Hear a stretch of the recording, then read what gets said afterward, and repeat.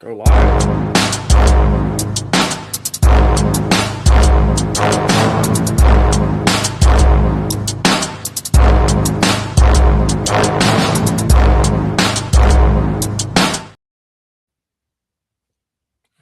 And there we are.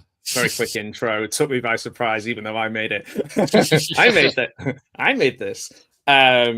Yeah, so we're going to be watching and talking about Hot Fuzz. This is going to be really cool. I'm joined by the Horror Cat Dad over to my right. How you doing?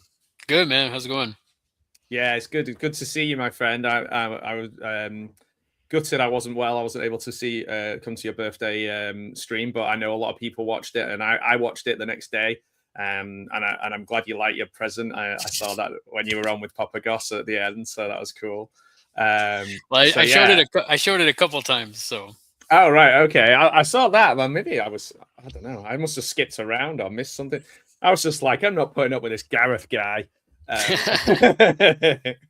This limey SOB. So I call him a limey SOB. So we're going to be watching Hot Fuzz, and it's one of the Cornetto trilogy. It might be, and I'm not sure about this, the only one of the Cornetto trilogy that I saw in the cinema. I think I might have seen The World's End at the cinema. I can't remember anything about it, which is not a good sign.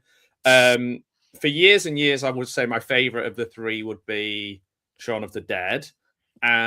This one has grown on me, I think, because it's more layered. There's a lot more little things to pick up on every time you watch it. So it's a repeat watch. It's a good one for a repeat watch. So first question, have you ever had a Cornetto?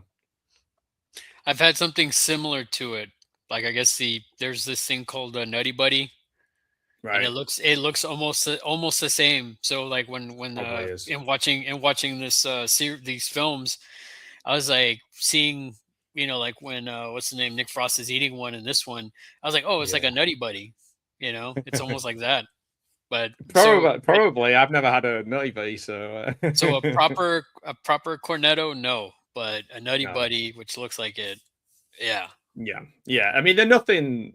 I mean, like, put it this way, I had them when I was a kid, so they weren't like expensive. They were made to be like quite posh because the advert was like just one Cornetto. It was like an Italian advert, but give it to me, delicious ice cream from Italy, and the taste is just supreme. A Walls Cornetto, give it to me. And that's pretty much that. Thank you. As everybody leaves the street, that was thanks, man. That was an opera clap as well. Yeah. So it's in everybody's like culture, I guess, of that age. I'm around a similar age to Edgar Wright. I guess you are too.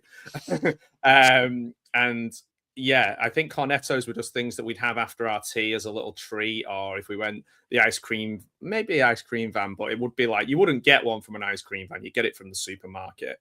You've got a strawberry one, the blue one, which I just think is just like chocolate, I guess. I don't know. But then there's like the really chocolatey one. And I know in Italy and Spain, there's all different types of things. So there's the red, the green, blue.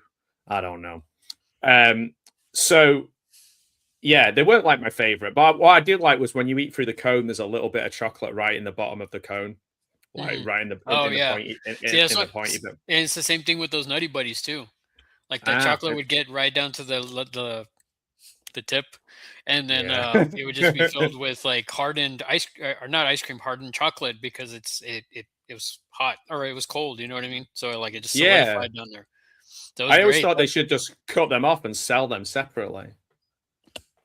Why did nobody ever do? Oh, I guess because you wouldn't. Yeah, what would you do with the rest of the ice cream? It's like just throw them away. Like that Seinfeld episode. What do you do with the rest of the muffin? Where's the rest of this muffin?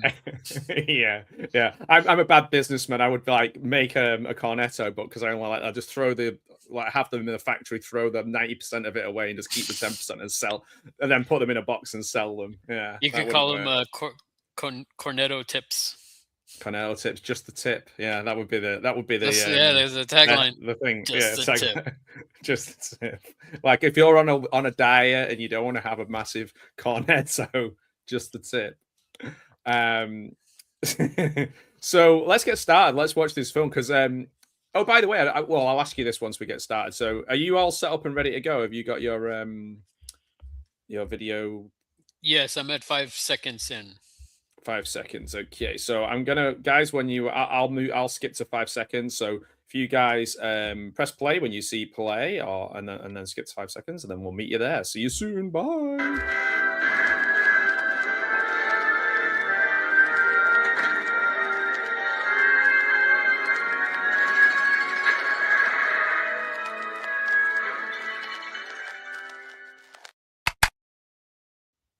Play. No, I've just had the FBI warning on mine. So the FBI will be after me. So this is going back to what you said before. I didn't see. I mean, obviously, in America, we didn't have Shaun of the Dead like wide release. Right. We did. So me and a buddy of mine, like we saw. We went to go see another film, and we saw the trailer for Shaun of the Dead, and we're like, "Oh my god, this is so great!" And then we kind of lost track of it, and then we saw it. We acquired a copy of it, and then we finally saw it, and then I guess it was such a big hit that we got to see Hot Fuzz in the theater because it was more of a wide release. Yeah, definitely. I mean, I think even it was over here because like Shaun of the Dead, I think took off on DVD. There was a lot of extras on it, and it was like peak getting DVDs for the extras kind of thing. I remember the behind the scenes documentary on the DVD was done by Adam Buxton, who is one of my favorite like creators of anything. He did Adam Buxton podcast. He does music now, but his audio books, and he's kind of a contemporary of Louis Theroux and Joe Cornish, who made Attack the Block. And they're all kind of pals with these. And Adam Buxton is in this as well. He's I'll show you him when he pops up. So he did the behind the scenes on Shaun of the Dead. So I was more interested in watching that than I was almost watching the film. I'd seen Spaced, but I had friends who were obsessed with Spaced, but I was always like, oh, it's good. But I was never like, I was always a bit funny about geek culture stuff because I was a geek. Because I was a geek, now I'm super cool, and because now there's no such thing as geek culture really now, is there? It's just like what everybody likes. But well, I mean, that's the thing. Like, so you say that about Spaced, but like, I had people that would tell me, "Oh, well, you're a nerd. You like Big Bang Theory," and I'm like, I don't like Big Bang Theory, because I feel like it doesn't. It's not realistic, Yeah, that's how I felt a little bit about the idea of Spaced, I think, until I maybe gave it a chance later on, and I was like, oh, okay, this is really good. But my first thought was that, yeah, for sure. And we're already seeing the hallmarks of Edgar Wright's filmmaking, and yet you either love it or hate it. The quick cuts and the kind of stylized stuff, but it's also it's for a purpose.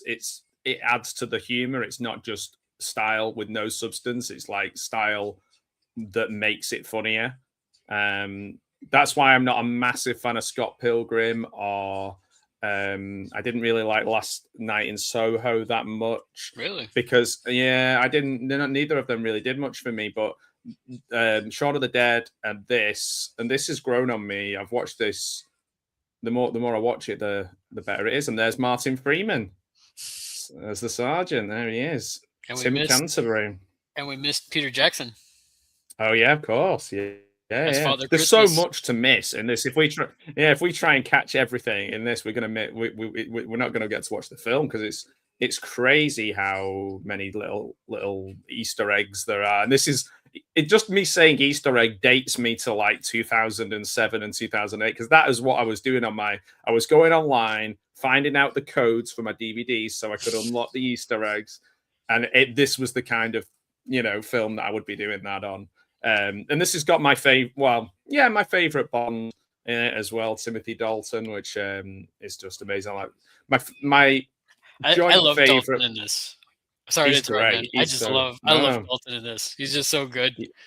He's brilliant. Yeah, and it's everything about the characterization, but how the props again and the way it's made. It's very airplaney, where like the painting is identical and up Yeah. behind him. All that kind of stuff is just so well done, and it's very Zucker infused. It's very it's so good. And I saw this in Carlisle when I was up doing my teaching, so I think I may have seen it. I mean, it must have been around the same time as Casino Royale came out, because I think I remember seeing Casino Royale in the same cinema.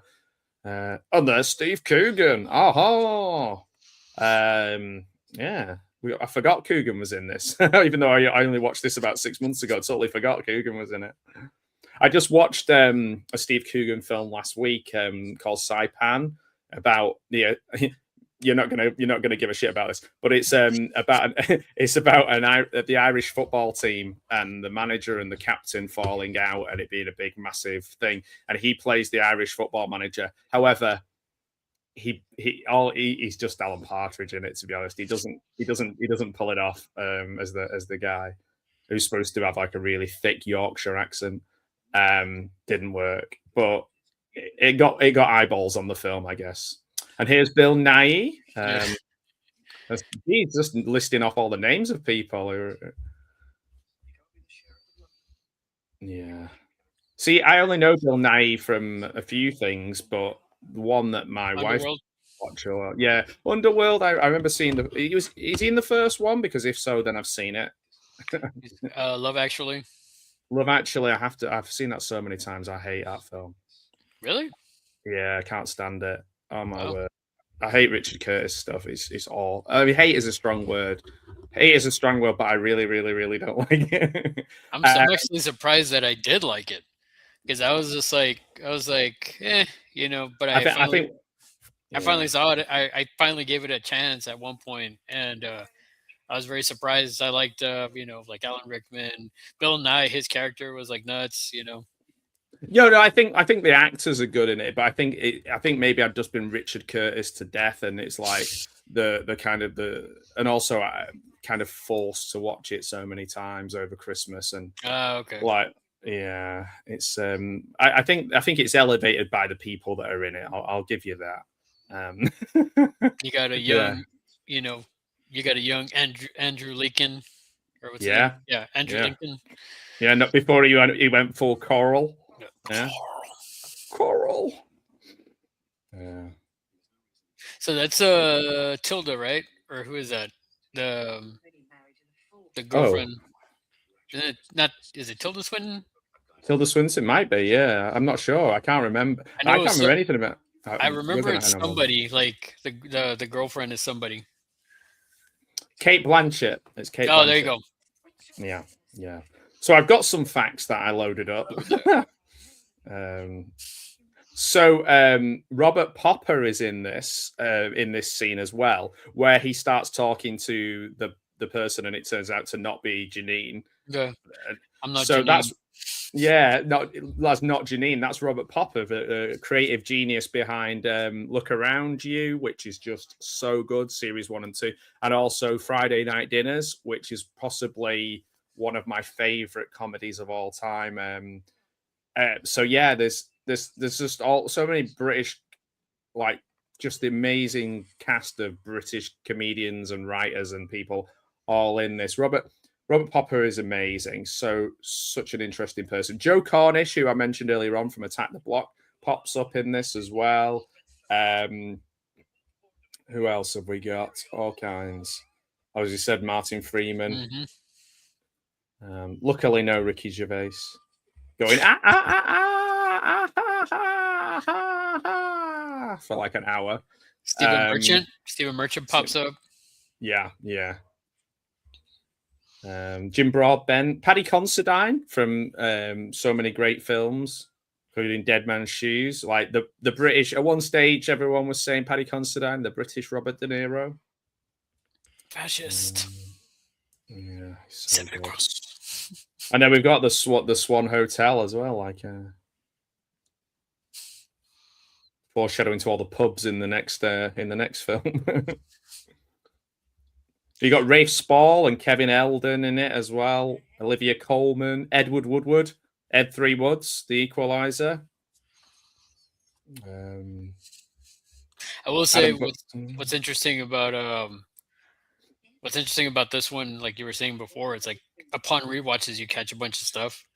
Yeah. I think that's partially why I'm like yourself. Like I still really love Shaun of the Dead, but for whatever reason, like, and I've been thinking about it ever since I mentioned this on a previous video. Like this one, I gravitate more towards. I've watched it more times. Like I when I feel like watching an Edgar Wright film, I go back to this one more.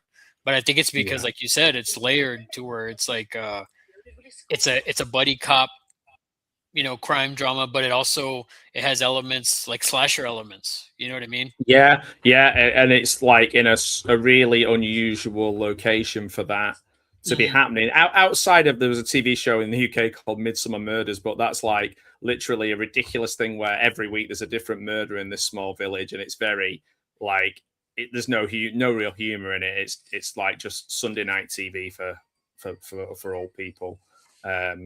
So yeah, that was it really. But there's nothing else like where they have like almost like, I can imagine the pitch for this being like, Bad Boys. Yeah, let's put it in like a quaint little village. Well, see, like this to the races. And even this one with the humor, that like I love that. I love that a lot of it is played like straight. Yeah, it's not it's not like comedy. Yeah, exactly. I like that it's kind of like almost like subtle, smart humor. To me, totally. Yeah, and it's of that school, I think, where like Big Train and Garth Marenghi and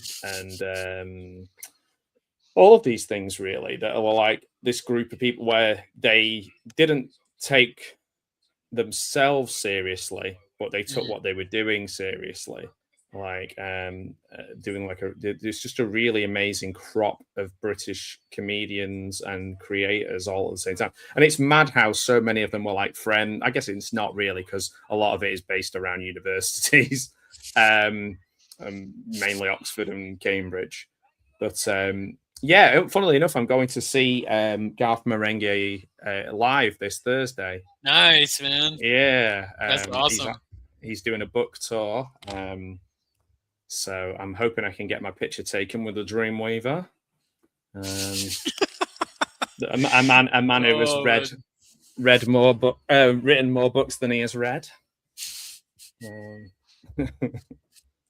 It's amazing. I could literally just list all of the people in it, because you've got like people from the 70s and 80s of very famous faces from British TV as well who pop up. 22nd of February. Yeah, which year? Every year. The funny thing about that is people who have that birthday, when they meet Edgar Wright, he goes crazy. He thinks it's amazing. He like takes pictures with them, and he's just like really loves it when people come up to him and say, "That's my birthday." Like, he seems like a really cool guy. He's kind of like a less caffeined up Tarantino in the sense of how much he loves, just not as snobby movies. Yeah, not as snobby, not as like intense. Maybe probably is intense about his films, but maybe just not as intense when you meet him. Or not as into feet. Yeah. He's into cornettos instead of feet. Yeah, he's more into cornetto. Yeah. Yeah. This is funny because as well, there's an extra layer to this since moving to a small village as well. Well, I like the fact before he's starting, he's already like, he's trying to figure out the town, It's like almost like he's trying to sniff out the crime, Yeah, like find something where there isn't anything. It's a bit like that around here. Like the longer you spend in a place where nothing happens, the more little things are like massive to people, and then they start becoming massive to you. Whereas when you first move in, you're just like, oh, it's perfect here and nothing happens. But like people who have always lived here, they're like, oh my God, like my bin blew over. It's like the stuff that people count as news, I would not count as news coming from like a city environment. Oh, and here's Bill Bailey. Mm-hmm. My pen's running out. Well, this is like a kind of East Anglian, I'd imagine, village, I think. Whereas, so it's like the exact opposite end of the country to me. So you've got that kind of farmer accent. Whereas up here, it's a little bit more impenetrable in different way, and also more like you get more Scottish people.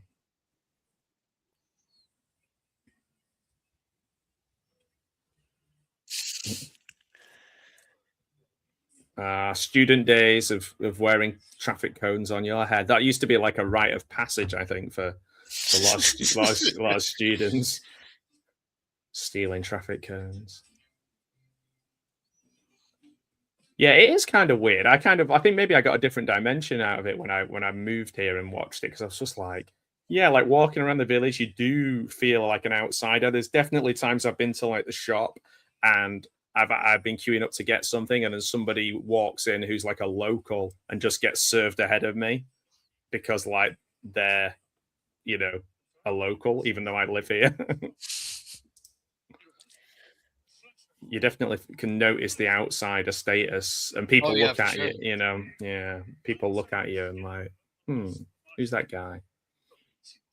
Well, yeah, even it's interesting. Like my last job where I used to work, they would send me, oddly enough, back to my hometown to go cover the guy over there. So whenever I would go over there and I would cover like his area, people would see me and they'd be like, they would imagine that, or they would think that I wasn't from there, you know? Right. Yeah. So they'd be like, oh, who's this guy? And they'd be all like, you know, you can feel that, you know, you can feel that people are kind of like, who's this? And this is not the normal guy. And that's it. And it's worth. That's when you realize like that you meet people and like who are worth their weight in gold, who like accept people, even when they're not from that place. They're just like, hey, hi, nice to meet you, or you know, like show you around or tell you how to get somewhere or smile or say hello. Like those people I'm just like so thankful for when I'm taking my dog out for a walk over. They help me kind of settle in and feel comfortable. There's definitely people I've said hello to and they're just kind of like somebody told me that like even like if you've been here like 20 years or whatever, people will still call you like an outlander or an inlander. I can't remember which one it was now, but basically I think it's the term is outlander, right? Yeah, I think so. There's some sort of weird thing because of, I don't know, it's like for people who live by the sea, and it shows I don't know anything about where I live. But yeah, it's a weird one. But I keep to myself anyway quite a lot, so it doesn't really bother me. But I noticed this in here, he's kind of like prepped and ready for stuff. And I was a bit like that when I first moved. Like I'd go to the takeaway to get like a pizza because our village has a pizza shop. And I went and there was like a load of kids there, and I was walking towards them, and I was like, in my old place, I'd be like, okay, what's gonna happen here? Let's go. Let's see what's happening. And then like I walked to them and they all just went, you got a pizza? And I was like, yeah. And they were like, oh, I wish I had one. And that was it. And I was just like, oh, okay. Because you can't do anything in a small village without everyone knowing. So kids will, if they step out of line, their pictures are up on Facebook straight away, like in the village group, you know. So it's a bit different. It's definitely, but you can't get away with stuff. He's so childlike in this. This might be my favorite Nick Frost in this, even though, like in a lot of ways, he's in on it. He's in on it, but he doesn't know he's in on it because he doesn't know a lot of the stuff is wrong until he's tested on it being wrong, and then he's like, oh, actually, yeah, that is wrong, because Nick gives him a different perspective. Well, because he's not like the way I saw it was that I mean, he's basically sheltered. Yeah, he's protected from the worst of stuff. Right. So that's why, like, I feel like now that he's only seen movies and stuff like that. So it's like now seeing, that's why I guess he gravitates so much towards Nicholas because it's just like, oh, this is a real police officer. This one's in the city doing all this dangerous stuff or whatever. So he has this vision of like what he does or what a proper, like, I guess a movie police cop does, right? So that's what he assumes, which is very childlike. You know, it's like when you're a kid and you're like, oh man, a police, they're probably doing dirty, hairy stuff. You know what I mean? Oh yeah, yeah. And I think that the one thing I will give for Edgar Wright is he gets great performances out of, you know, actors who it must be quite intimidating to work with, like Edward Woodward and Timothy Dalton and stuff. Like they lean into the silly, and the tone is right for the older actors and Jim Broadbent. And like, how many people in this film have won Oscars? It's insane. Or have been in a film that is classed as like a classic. There's loads, even the younger ones, like even Olivia Colman and, you know, like and Paddy Considine, people like that. It's insane. And Edgar Wright gets them all singing in the same tune. It's really, really good. Like there's a certain rhythm and tone to the film that everybody has to follow, otherwise that one person would look really weird. Like if someone was playing it really like broad and kind of whack whack oops, then it wouldn't work. Because a lot of the humor comes from like the situations, but the reactions are perfect. So like even Kevin Eldon here, who only really does comedy, who's, you know, the guy with the glasses and the sideburns, he only really does comedy. He does really weird. He's always the weirdo. He's always the strange guy. Always has been. He used to freak me out as a kid when I saw him and stuff. He's playing it straight as well, really. Yeah, well, I mean, even when in Spaced, he comes out, he's like Agent Smith, you know, in Space. So he's still playing it straight, but it's like kind of, it's a parody, you know. Clearly, it's a parody of like The Matrix or Agent Smith. Well, that's it. You've got the two weirdest ones were always him and Mark Heap, who's also in Spaced and Friday Night Dinners and Green Wing and all these other things. They were always played the creepy guys who were kind of, you know, the camera just lingered on them a little bit too long, and yeah, there was just something not right about them. Well, it's, I mean, what a good one is like earlier when they first like introduce him, you know, to someone with a keen eye, you'll see like he's in front of a bulletin board and there's all these words and they're all pointing at him. Yeah. Yeah. So it's like rude. It has all these different, like, you know, and it's kind of like I don't know. I always take it as like it's kind of saying like all of his faults, you know. Oh, totally. Yeah. There's so much stuff like that. Everything is deliberate and really considered. Oh man, it's so good. Like the two, because there's also kind of a little bit of a subtle parody to like British cop shows, and like particularly the detectives are like the kind of, there used to be a thing on the Fast show and they were called Fat Sweaty Coppers, and it was like they wouldn't solve any crime, but they'd always be smoking, drinking booze, really sweaty, leather jacket on, a bit like Sipowicz, I guess would be the American equivalent, or a bit like Garth Marenghi. Yeah, and I'm like, but they wouldn't. The thing would be like they'd always be so out of shape and so like drunk and used that they weren't really doing anything. They weren't really solving any crime. They just kind of rock up to the pub and like punch someone in the face and be like, "You're nicked," you know. That would be the height of their detective work. They would just kind of like fall into like solving the crime. Yeah, and I think that's kind of what Paddy Considine is doing with his character, and I'm not sure who the other actor is who's with him. Off the top of my head, I don't know who he is. Because he's a detective, isn't he? Andy Carr. Oh, it's Rafe Spall, is it? Who's with him? Maybe. Rafe Spall seems to change every time I look at him. He looks completely different.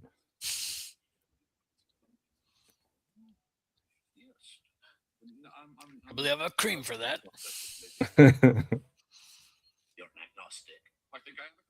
I have a cream for that. I love this movie, man. It's so good.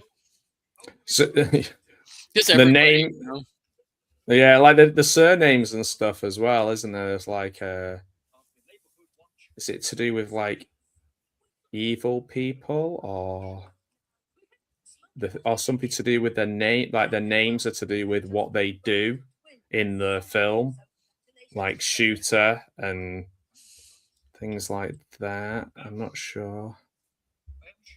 Wasn't there one that's called Blower or something?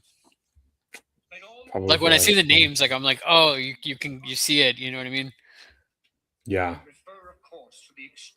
I'm not sure about why she's Doris Thatcher. Why she's why the reference to our dearly beloved Margaret Thatcher.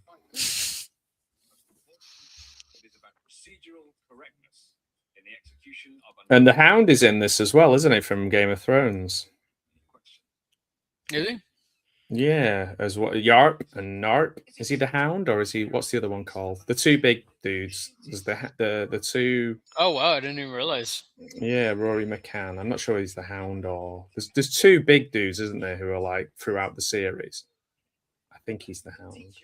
Oh, there's Adam Buxton taking the photograph. So Adam Buxton works for the Tim Messenger works for the newspaper. Well, that's why Messenger, like he works for the newspaper, Yeah. I've got Adam Buxton's finally got around to releasing an album, and it's so much fun. It's great.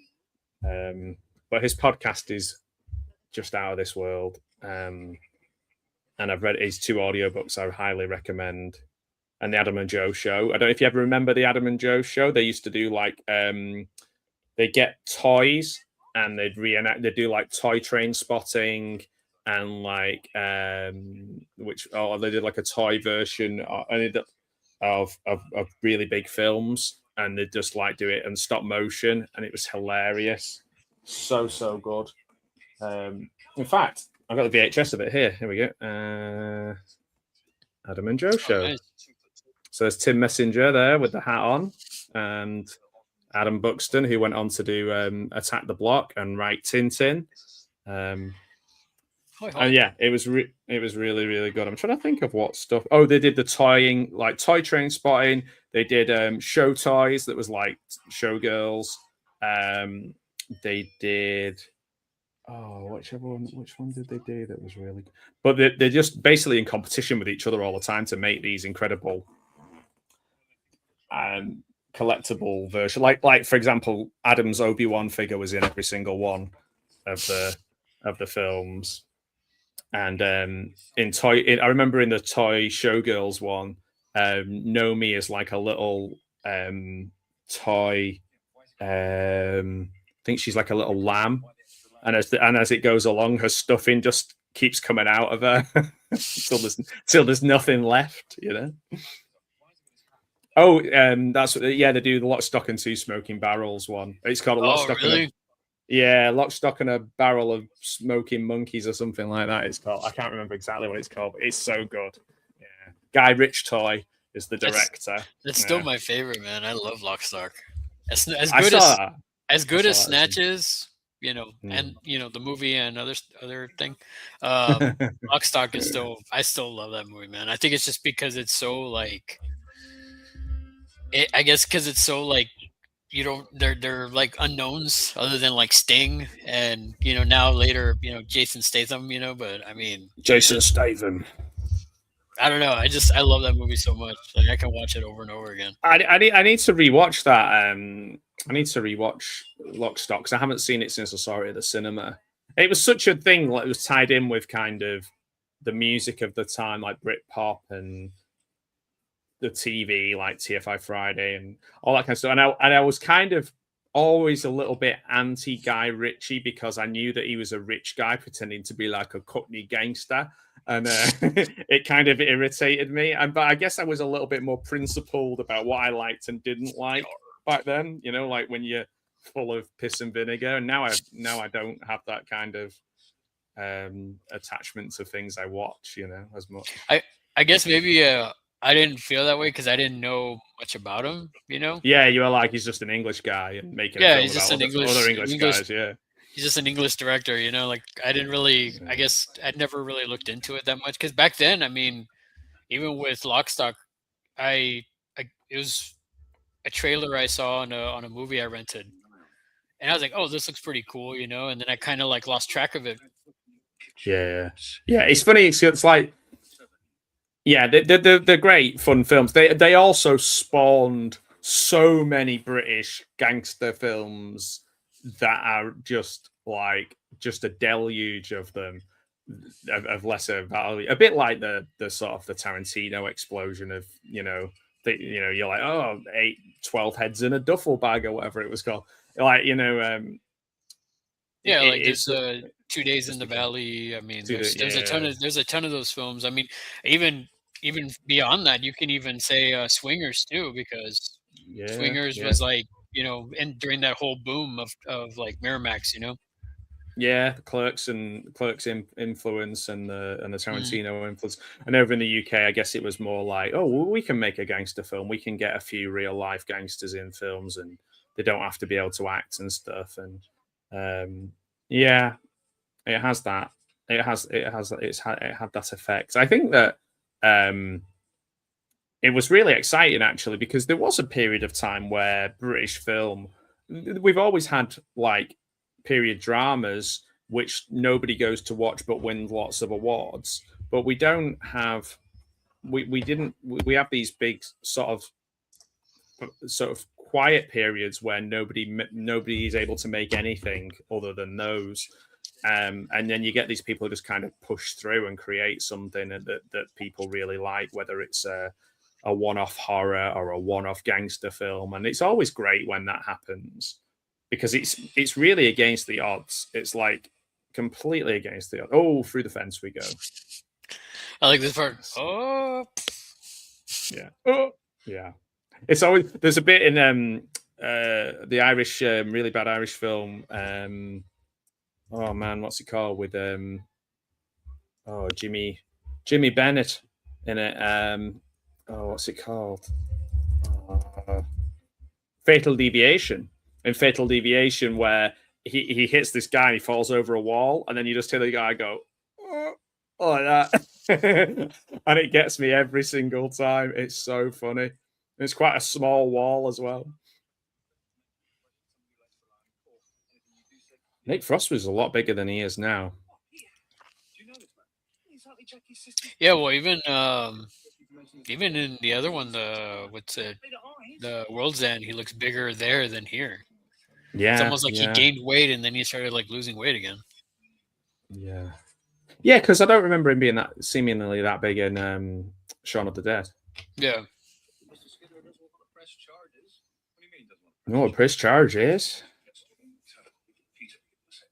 You can't be taken seriously with an accent like that. It's a bit like the Birmingham accent, you know. It's one of those where it's like not quite like it counts against you. I think like you don't get a lot of them like being announcers or having like the Prime Minister's never going to be like, all right, everybody, like.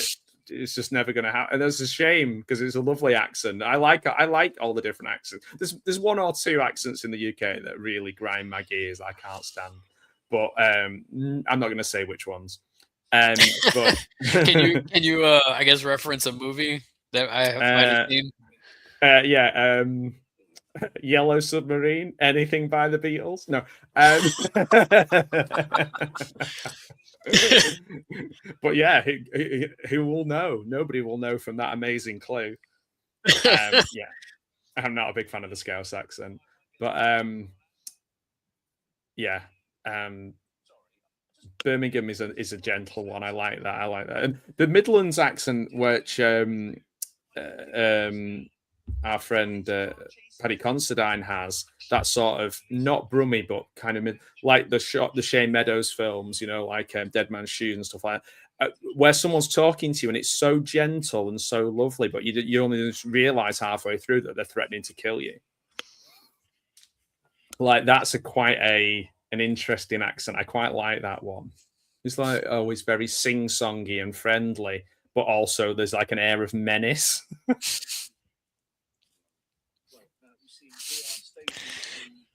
Oh, it's so good. The one thing I always find kind of interesting is like this guy's I guess the guy that's doing the Romeo and Juliet, like yeah, David Trefall. It's just like I feel like he's very like feminine. Yeah, he's like the ultimate amateur dramatics, local amateur dramatics guy who thinks he's a Hollywood actor. It's funny, there's a continuity error here. So she's playing with her hair, and in the next shot, her hands are completely by her sides. Like when there's not been enough time for her to have put her hands down.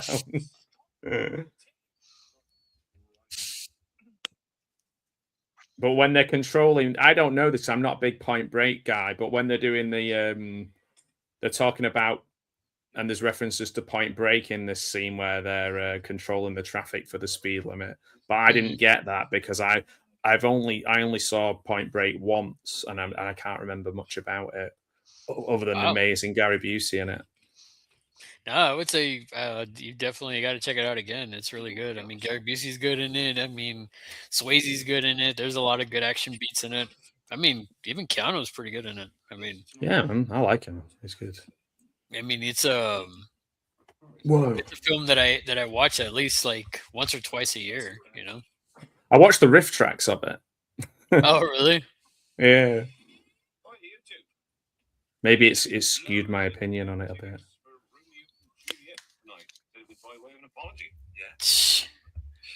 Well, we can't expect this from somebody we've officially rebuked, so yeah. And this is quite cool. While I'm watching this on Amazon, because my DVD player's downstairs, the little X-ray thing is coming up with what's in the scene, and it's telling me what the music is as well. At the same time, it's pretty like on the right hand side of my screen. Do you know my new microphone must be pretty good because I got about 12 to 13 copyright hits from sitting with my guitar playing along to Sing Street when I was watching Sing Street the other day, and it's cut like about half an hour out of my stream.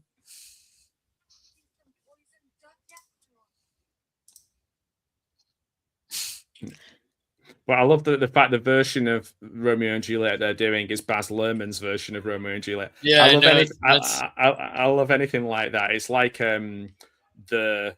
it's like Rushmore where he's doing the Vietnam, movie. I love it when anyone does a stage version of a movie version of a play. Here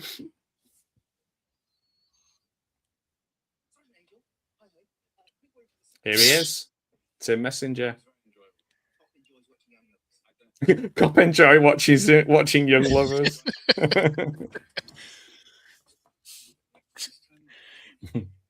I don't know, man. Dalton's so good in this. He steals the show like hardcore in this movie, man. Oh yeah, he's great. And I think people thought because of the seriousness and the way he plays Bond that he didn't have like a comedy side to him. So I think even at this stage in the 2000s, that people still didn't. It was still a surprise to people, but like the guy had been like a successful stage actor playing in a range of different things for 20, 30 years before he even started playing Bond.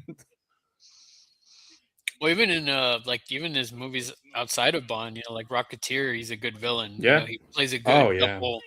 Where he's like the actor, but he's also like Yeah. He's kind of like a David Niven-esque character in this one. I think with the mustache, or Terry Thomas, or someone like that. And see, going back to what we were talking about with the people's names, that guy Merchant.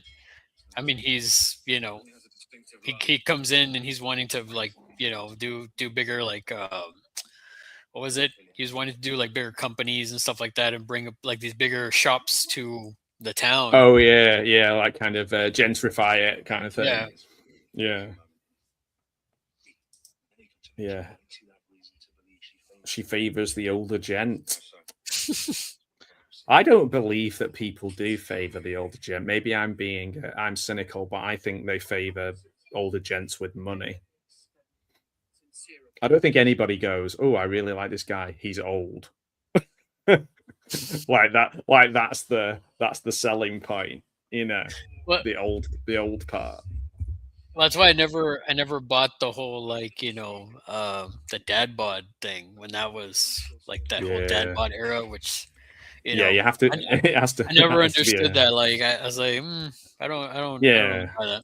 Well, the dad bods are always attached to like, you know, what's the guy from Mad Men called? Oh, Draper. Yeah, like they're always attached to people. Yeah, they're always attached to people like him. They're always like, "Oh, look at this dad." But just because he's not like in a scene, he's not got a six pack. They're like, "Oh, look at that dad bod." And it's like, "Oh, he's the most handsome person you've ever seen in your life." So, oh yeah, God, how can they find that person attractive with such? It's like because they're really handsome. Help me. It's funny that they should have done a live action Tintin with Simon Pegg as Tintin. I think it would have been better. Obviously, we may be a bit too old, but I was a massive Tintin fan. Still am. Like it was my book that I read loads when I was a kid. I read them all. It was probably that and Asterix. I read them all like over and over and over. The cartoon version of it, written by Joe Cornish and Edgar Wright, had a lot to do with it, and all of those same people. But I didn't love it. Like I don't know. I didn't love it. It didn't capture it in the way that even the cartoons used to do when I was when I was a kid. But I always felt like a live action Tintin would have been really cool. Yeah, I think so. Like, there's a lot of stuff. I mean,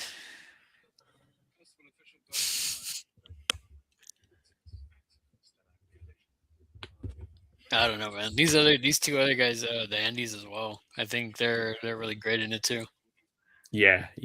Well, this is it. From every single little character is perfectly cast and has a purpose.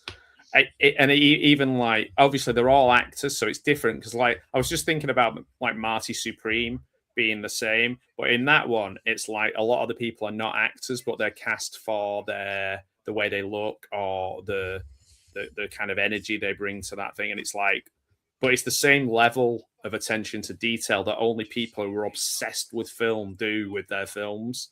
Like you have to be absolutely obsessed, like to that every single character is like either the casting of it or the purpose of the character is so deeply written, more deeply written than a lot of lead characters in other films. Like you could do a film about Paddy Considine and Rafe Spall's characters. Yeah, that'd be pretty funny. I would watch that. Yeah, I would. And you could do a film about Edward Woodward's character and and Kevin Eldon and the people in the police station. That could be a sitcom or a show. Like you could do a show about the supermarket with Timothy Dalton's character. You could do about the kids in the village, the hoodies, and you know, like you could. There's so many different. You could do a Tim Messenger spin-off. You could do the play. You could do the acting in the theatre as well. Well, it's like again going back to the name reference. The girl, her name is Eve Draper. You know, so like drapes, like the curtain. Yeah. And then it would what I just noticed right now. What I never noticed before, and when they're talking to the Andes, if you look, there's also a continuity error there because in one part of it, I saw a origami of a swan. Right. And then it was gone. And then it was gone. Right. I didn't spot that. Like I barely just saw it. There's a lot of people who... That's so weird. There's a lot of people who ended up in Game of Thrones as well. I reckon I've seen, I think, at least 3. I'm not even sure if didn't Simon Pegg appear in it briefly as well, like just like a cameo or something. Really? Or I know Ed Sheeran did. The guys from Macedon, they came out in it. Did they? Yeah, they came out in one of the episodes as like I think Vikings or something like that. Cool. And then I mean Simon Pegg came out in Doctor Who quite a bit. Yeah. He came out in a couple, I think in like 2-3 episodes of Doctor Who, if I'm remembering correctly. Oh wow. So we had a few cool comments here. We've got that we look like Simon Pegg and Nick Frost multiverse variants. And this was really cool here. Mashed potato in a sock. Great name. I accidentally found myself in the Hot Fuzz town last weekend. I was in the town centre waiting for my girlfriend, and I thought I've been here before. And then I saw a Hot Fuzz tour sign outside the pub. Nice. Awesome. Where is that? I'm sure is it in East Anglia? Am I right to say it's like? I know they say Norfolk? they say it in Norfolk, the England? I know they say it in the DVD extras, because I remember one of the extras being like Edgar Wright kind of takes a tour of the town. Right. I just can't remember the name of it off the top of my head. It's funny because like recently the 28 years later, a lot of it's been filmed around where I live, and the weird thing is like, yes, big chunks of it are filmed where I live, and then other big chunks of it are in completely different parts of the country. So it's like, I'd be interested to know if it was all in one place, whether they just sort of camped and set, it was all in this one village. I suppose it would just take me looking on IMDb. Somerset. Okay. Wells. Right. Thank you. Oh, that's interesting. So I'm going how far is so soon I'm going to St. Albans to help out at a film event, and that's the closest I'll be to anywhere down south. So I wonder if on the way back I could stop off and visit the village. And is it near what St. Albans? Probably not. Yeah, boy.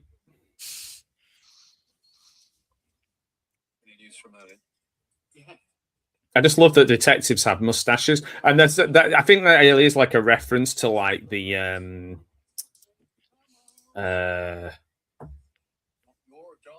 what do you call it? Like the Bill, like the like evening cop shows in the UK. Mm-hmm. It definitely is. Nowhere near St. Albans. Okay, never mind. No, it's also like in the 80s, like the 80s cop shows too. Yeah. Like the detectives are the ones with the stashes, and it's the regular beat cops are like the clean shaven, Yeah, a bit like Hill Street Blues or NYPD Blue or something. Yeah, I still love all those when I was a kid. Because I mean, even in Miami Vice, Edward James Olmos had the stash, but like the cops, like the actual Vice cops, like what's the name, Johnson and Crockett and Tubbs. Yeah, Crockett and Tubbs. They were clean shaven, Yeah, they were sexy. Yeah, I was just thinking when you say, I was thinking it's such a good name, Edward James Almost. It always sounds like Edward James Almost, like he's almost. Yeah, almost. He's almost famous. Yeah. It's like Edward James almost, not quite. Not quite, Edward. Not quite. Almost, Edward. Almost, Edward. Almost. Not very good, Edward. Almost. So my impression, I've been working on it a bit. I've got to use the hands. Apparently,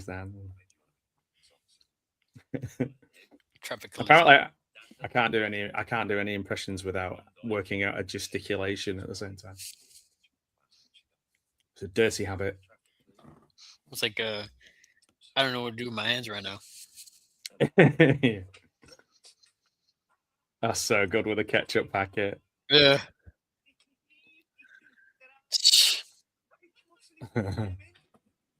Mostly. Yeah, mostly.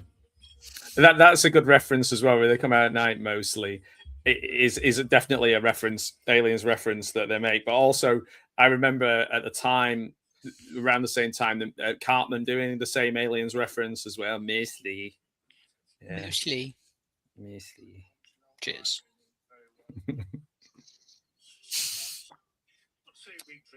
Poor old Newt. He'll be in bits tomorrow. The concern for people who call it the little boys' room, to be honest. But one thing that I noticed as well, generational names for things. My dad is in his 90s and he calls going to the toilet going to the gents. Oh, really? Like the gents and the ladies. Well, yeah, because there's also people that say, I think this is a regional thing because I always grew up like Coke, and people from a different region from mine would call it pop. Pop, yeah, fizzy pop, yeah. Yeah, so it's like I was like pop, that kind of sounds weird to me. Yeah, any fizzy drink is pop, yeah, in the UK anyway, yeah. But then as I got older, it was like I just call everything soda. Soda, yeah. Well, soda we'd only call cream soda like cream soda. Mm-hmm. Yeah, we'd call that soda. That's it. Or soda water. Or soda water, which is obviously really bitter, the exact opposite of cream soda. Well, that's the thing. One time, I guess when I started calling it soda, I went to a bar and I wasn't drinking. I was just like, I wanted a Coke, right? Like I just wanted a soda. So I was like, they're like, can I get you something? I was like, oh yeah, just a soda. They're like, club soda? And I was just like, a soda. I was like, we have Pepsi, and I was like, okay, soda. I was like, okay, I'm gonna bring you a Pepsi. I'm like, okay. Oh my word. The fact that they're drinking bottles of Grolsch. Oh my word. Disgusting stuff. Well, by this time, if you think about it, how many beers are they deep in? You know what I mean? Yeah, true. Because at this point, it's kind of like I've been there where it's like, but even then now they're drinking the cans. Yeah. I mean, the thing is as well, I guess I didn't see what they had on tap in the local village, but that's one of the best things about having a village pub and is the local beers and stuff. Since moving around here, there's so many great local beers. I'm completely spoiled. They're just so good. And not as expensive. Not really, no, not super expensive, no. Yeah, because a buddy of mine, he went to school in Prague. Oh, cool. And he told me that he's like, man, the beers here are super, super cheap, compared to America, right? And he said the funny thing is it blew his mind that over there, obviously import for you all is what Budweiser and stuff like that, Yeah. So, but he said that the only thing you'd have to worry about is just they serve everything room temperature. Yeah, warm. That's what people. I think that was definitely our thing for a while because mild. You'd have lager, bitter, and mild on tap in every pub. Mild doesn't really exist anymore, so mild's kind of was always at room temperature, and it's not fizzy, and it's kind of just mild. And then you'd have bitter, which was kind of the same, and then we just kind of started having lager, and then just pretty much lager everywhere now. Yeah. Oh. Sorry, man. I just love that. I love that part. Yeah. No, we'll see. Even the Andes, they're both drinking. Well, it looks like Guinness. They're drinking a stout. Yeah. Well, yeah. Guinness is one that's endured, and Guinness has reaped the benefits of being becoming a bit viral and a bit cool. Well, I mean, just don't tell Marty about that because he hates Guinness. Right. Yeah, I think I remember him saying. Yeah. I was like, an Irishman that hates Guinness? See, I was the first thing I ever really drank was because I was so skinny. I was trying to put weight on, and all of my family who were kind of Irish on both sides, they were like, "Well, if you want to put weight on, drink Guinness."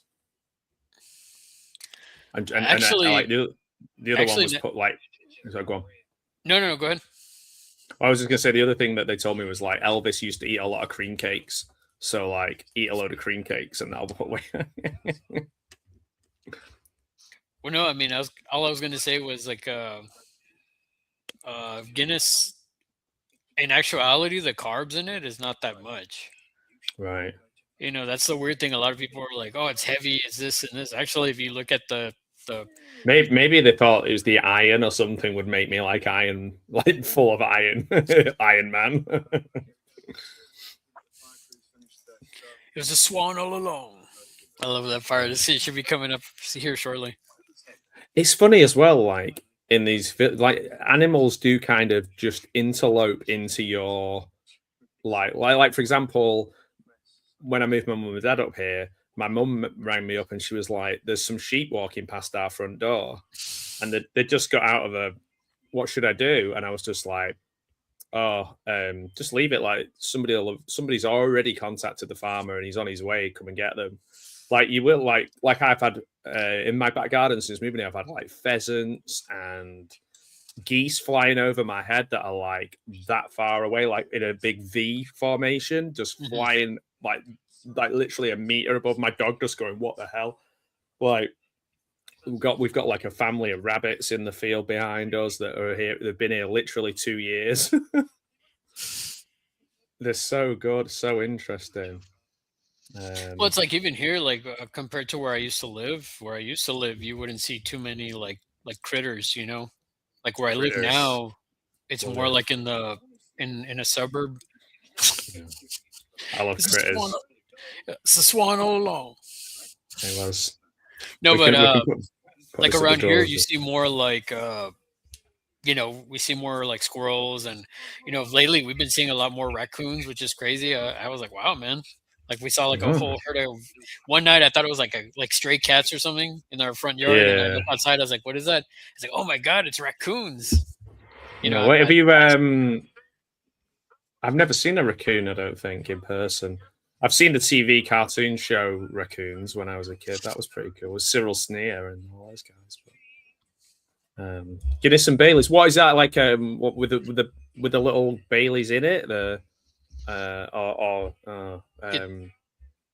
Get you a car bomb. Yeah. Oh, it's like baby. Like I've had people make me like a baby Guinness, which I can't remember what they made it out of though. Well, you can drop so what you can do is you can get a shot of Bailey's and then just drop it in a Guinness, and then you can power chug it. I think I've seen that. You know. Yeah. I hate Bailey's though, because when I was at uni, I was trying to work out what I could drink and what I couldn't drink. I drank a whole bottle of toffee Baileys, and I got really, really sick. So just the thought of Baileys knocks me. So we used to do this thing. We used to do this thing when I was a bartender. If you didn't like somebody, and they were getting out of hand, yeah, you can give them what's called a cement mixer. Right. What that is basically is Bailey's and lime juice. Oh, and what does that do? Is it just like curdles? Right. Yeah. So nice. I mean, yeah. So you mess them up, or you can give them a. I can't remember the name of it. Man, I can't remember the name of it, but you can also do like. So the bar mats usually have so many different.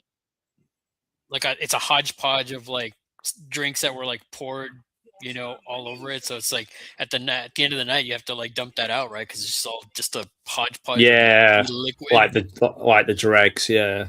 Yeah. So if you really wanted to mess with somebody, you can dump all that in a drink and then give it to the person. Nice. I can think of a few people I would have wanted to do that too. Seen any murderings, Nicholas? Nicholas, yeah. Yeah, well, Somerset, I just literally just read that now. It's too late now. Yeah, don't anger your bartender. So apparently Nick Frost is a West Ham football fan and hated wearing Bristol Rovers shirt. Oh, so it's okay. So Bristol wear, all right. And here is Adam Buxton again.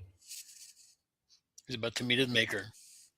So there is a reference to the Bill in this. So the opening credits to the Bill TV show is the police officers. You just see their feet walking down like the road, and that's referenced in this as well. I just think with the way the two detectives looks, very, very on brand.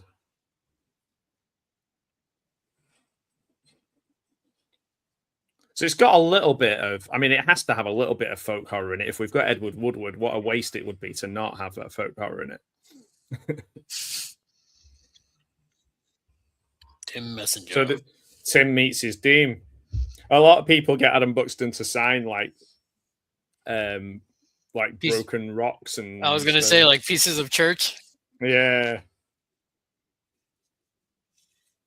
He's so good. So like him and Joe Cornish still do a podcast once a year together. Oh, where they give each other gifts and stuff. But they used to do a thing called Song Wars. If you go on YouTube and type in Song Wars, where they'd have to give each other a theme and then they'd compete against each other, try and think of, like, say for example, like a new Bond theme, and then like the audience would vote on whose was the best. And his one for called Sontum of Qualis is so good.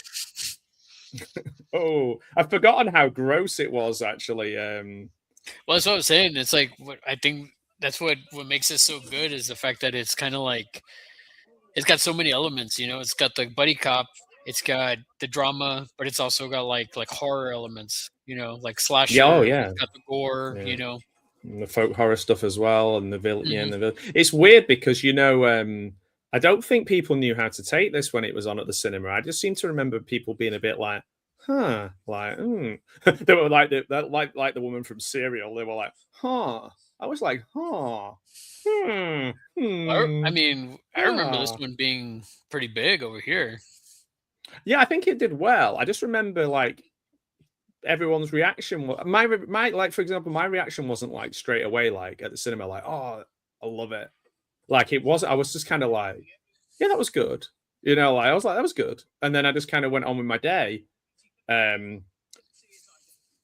It's weird. I don't remember watching it as much as I remember seeing Casino Royale, only because I was so excited to see Casino Royale and the projector broke down halfway through. And I went outside and I was just kind of hanging around for about half an hour waiting. Yeah. I looked at my watch and I should be at the pub.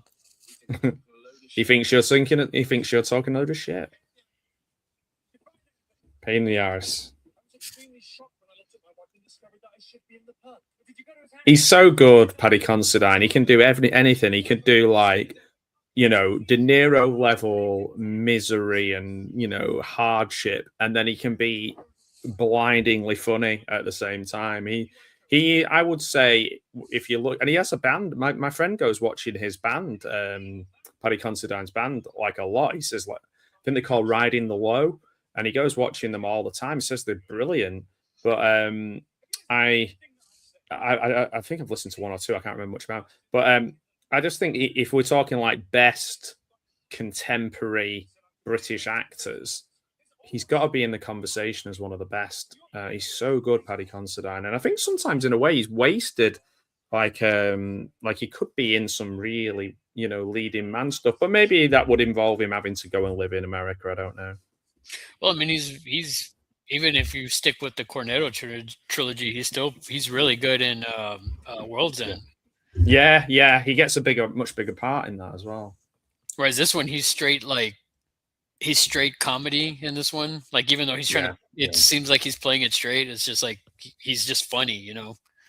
Whereas in World's End, I feel like it's a little bit more like most of the guys except Simon Pegg, like they're all like pretty playing it straight laced. You know what I mean?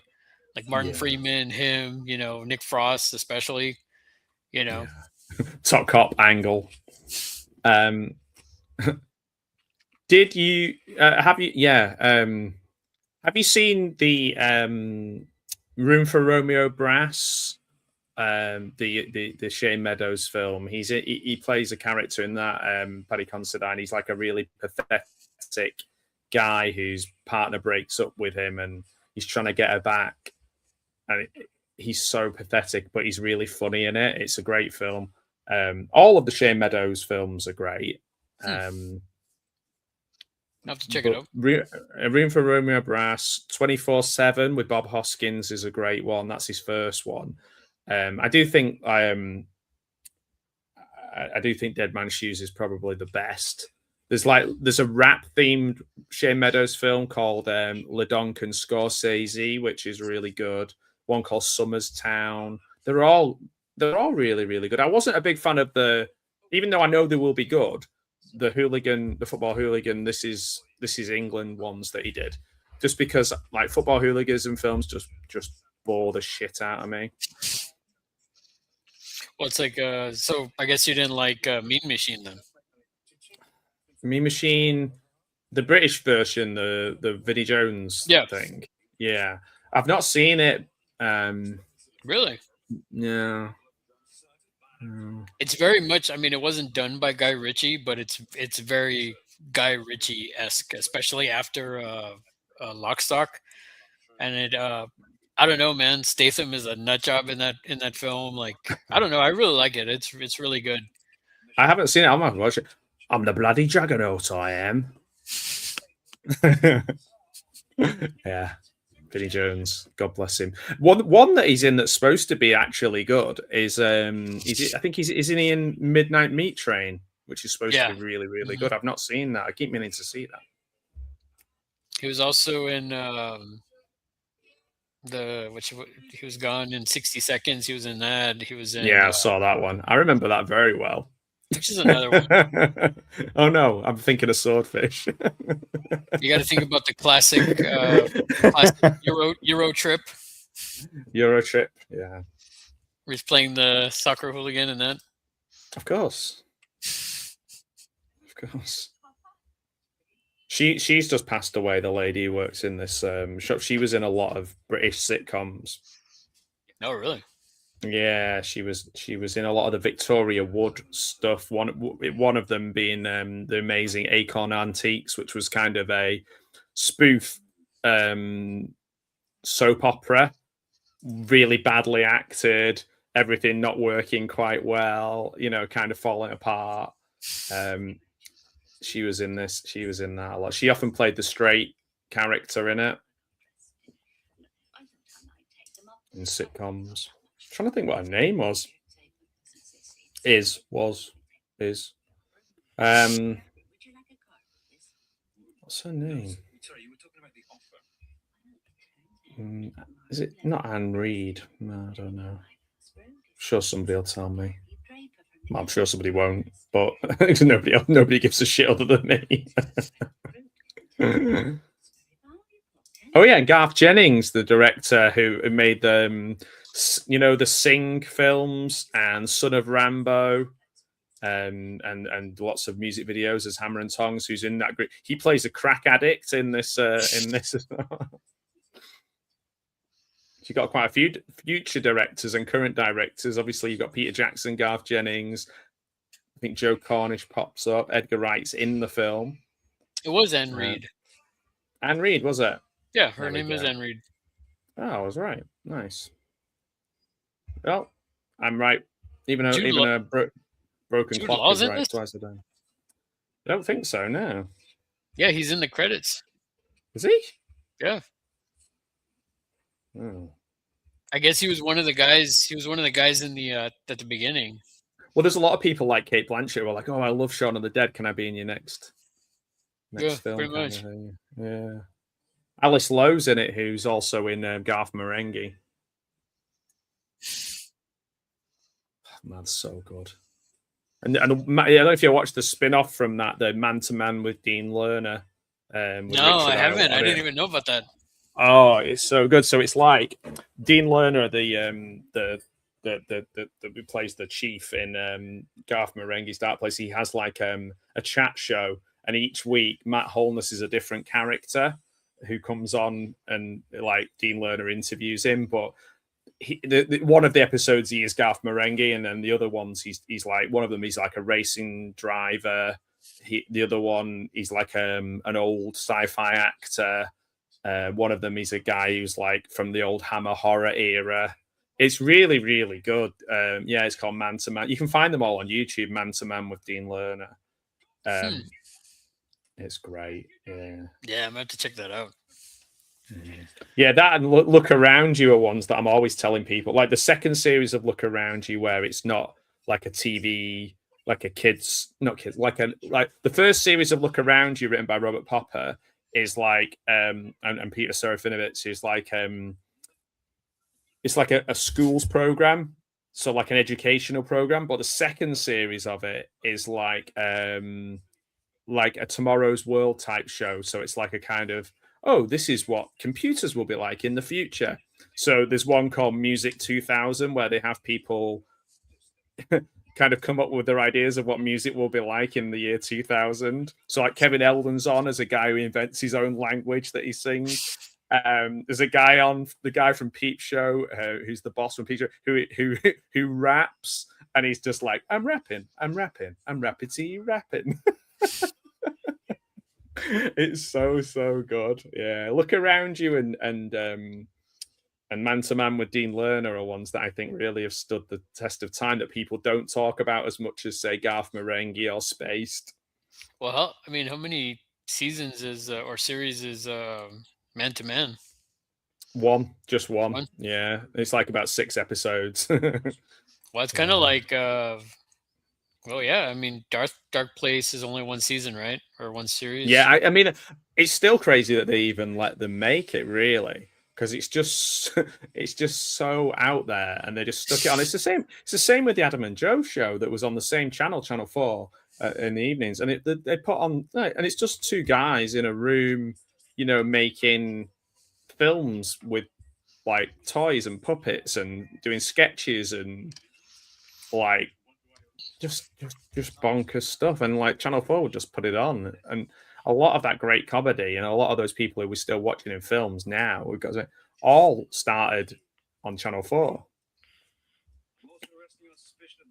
It was definitely either Channel 4 or BBC 2.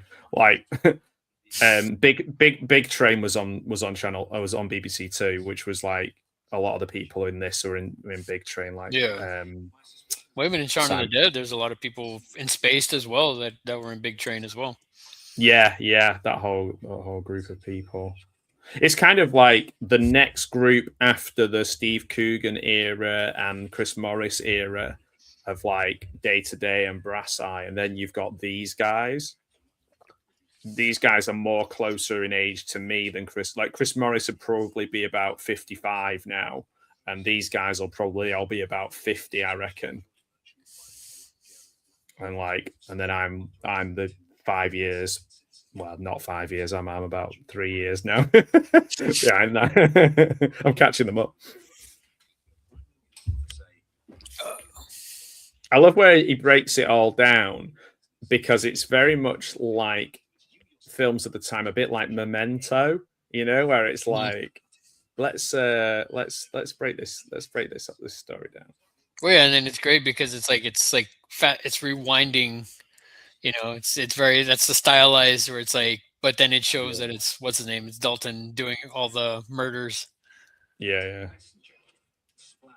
Tim Messenger getting unsplattered. Splat the Rat.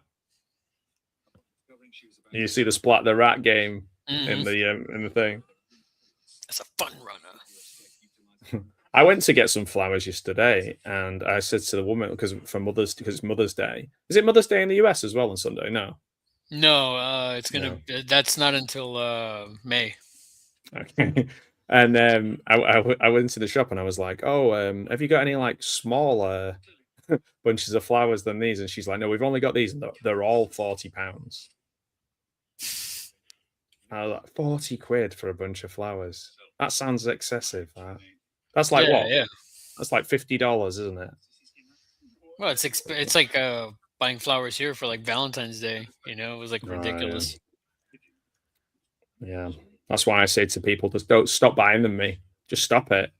There's too many people buying me flowers. I'm like, it's costing you a lot of money. I don't need them.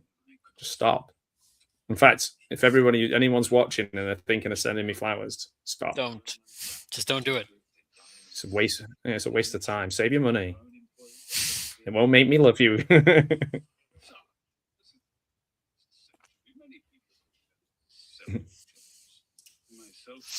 I myself. That's always a good phrase. When somebody goes, "I myself," it's like You don't need that, do you?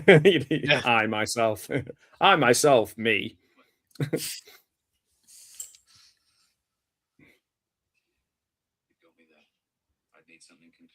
This very evening. I don't know. They did, the Richard Osman things, whether they've made it over to your neck of the woods, but I think it's called the Friday Night Murder Club or the Thursday Night Murder Club. They made a film out of the books recently with Ben Kingsley and Helen Mirren and a lot of. It's like this, but with all of the art, fun, humor, intelligence, and creativity all taken out. So essentially, it's just like a village with people wandering around. Just not as good as this, is what you're saying. No, it's not good. My mum likes them. She likes the books. She reads the books. Oh, okay. I'll tell you what I have been watching recently, speaking of Ben Kingsley. Totally by accident, but I think this might be the best Marvel thing I've seen. Oh, Wonder Man? Forever. Wonder Man. Have you seen it? Mm. It's so good. Really? Oh my, yeah, you've got to give it a chance. I stumbled into it. I was like, I'm going to watch one episode, and if I don't like it, I'm not watching it. And then I just got caught up. It's amazing. It's the best. It's better than WandaVision. It's the best Marvel TV show, other than like say OG Netflix, Daredevil and Jessica Jones. Really, it's over the best. that? No, it's not as good as those, but it's like it's the best. It's the best other than those two, I would say, for me. Yeah, it'd be like number 3. Ben Kingsley's amazing in it. He's so good. But the other guy is as well, the lead guy, who's sadly I've forgotten his name. Candyman. Candyman. Is his middle name Mateen? Something Mateen. He was also in what was it, Matrix Resurrection? Yeah. Played Morpheus in that one. Yeah. That felt like a student film version of the Matrix. Yeah, that movie was horrible. Yeah. So can we make this on a lower budget? The answer is no, you can't. I couldn't believe, like, I don't know, man. I just couldn't. For one, we didn't need it, and 2, the story itself didn't make any sense. So like basically everybody was at peace, and then because this one girl wanted to get Neo out of the Matrix. Yeah. You know what I mean? Like, yeah. I was just like, so basically for no reason she wants to free Neo from the Matrix or whatever. So she wants to cause the war between the machines and the humans again. For reasons. Yeah, for reasons. And then like later on, Jada Pinkett's like, no, the peace, we got to keep the peace and all this stuff where we've been living in harmony, but all because like the machines had or killed some person's parents, or I can't remember. The movie was like horrible. And then that was just because of that. She was like, okay, we're going to go to war with the machines. I'm like, this whole movie, you were like dead set about not disturbing the peace not disturbing the peace between the humans and the machines. Like y'all were living. Yeah. And then it's like for this one guy. This one guy, and it happened ages ago, Yeah. Like because of that, you want to like, and not even for Neo, it was because of like some guy that got killed a long time ago. So, I always think it'd be funny if his name was Neil. Neil? Yeah. It's just like Neil, the one Neil. The one Neil. Yeah. The other thing do you remember when Jada Pinkett was like, take Morpheus's name out of your fucking mouth? And like, do you remember that? And she just like slapped Keanu Reeves. It's crazy. Oh, do you want to see something cool? Sure. I've got a Mikey magnet. So you know the movie Mikey? Oh yeah, that's great. Yeah, it came in the I finally got my Mikey box set. You got a poster as well. Playtime's over. So good. Look at this. Oh, hang on. Not pointing at the screen. There we are. Oh, nice. Yeah, it's really cool. It's got a little book, poster, magnet. Did you ever see Jay Harang's review of it or like video No, on it? man. No. Oh man, no. it's so good. No, I've not seen that. I saw the riff tracks of it. Maybe he saw the riff tracks as well. But like it's the riff tracks on it is so funny. It is so funny. That's what got me into it. I was just like, oh, actually, I really like this film. I saw that film back when I was like younger. Like I remember seeing it when I was a kid. That explains it. I was like, oh man, this is crazy. That explains it's like a Larry more Origins. It's like a more twisted problem child.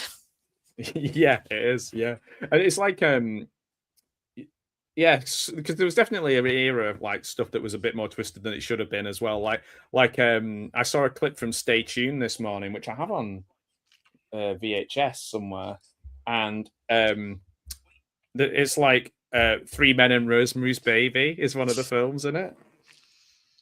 And I was just like, I'd forgotten how dark some of the stuff is in that. Well, yeah, like Dwayne's Underworld. Yes, yeah. They're like ghouls or zombies or something. Yeah, I need to. Oh, there it is. Stay tuned. Always keep it to hand. Yeah. Oh, nice. Yeah. Need to watch that. Need to do a watch party of that. Yeah, I got that this week, and because Mikey came quite late, because I think it's been out a while, because there was another box set that I got, which is of a British guy called Darren. Darren. Why is my brain spacing? Darren Ward, and he made these Giallo-inspired British films. So the box set is called Gialli Guns and Gore. Oop, there it is. And it's got 3 films: Sudden Fury, Beyond Fury, and A Day of Violence. And they have the guy who's in a lot of the like cannibal films. He kind of shipped him over. But you got these postcards, and they're all signed by the director, which is pretty cool. Oh, well. A little booklet. And again, like some massive posters, like the Mikey one. So I got them all together in one big go. It was like Christmas. It's like Christmas of crap movies. No. What the one thing I don't kind of going. No, we won't talk about this film. Sorry, go on. Going to the film, like what I don't like this is the one part that always kind of confused me is that when he shows up, when he finds the people. And then, like, so clearly, like, Nick Frost knew, right? Like, about their... This is it. This is where you start thinking, oh, well, even no matter how simple is this guy to think that this is okay. Right. Yeah. And that's the bit that always kind of, like, obviously he redeems himself and he makes a choice, but, spoiler, but like... The greater good. Yeah, it is like, I guess when you're brought up in something, you don't always know it's bad, but it's a bit like if I'm sure if my mum and dad were say like, I don't know, doing sacrifices to keep the crops going or something, then like I wouldn't just be like, yeah, that seems okay. Like along the way, I'd probably have an understanding that it's not the done thing.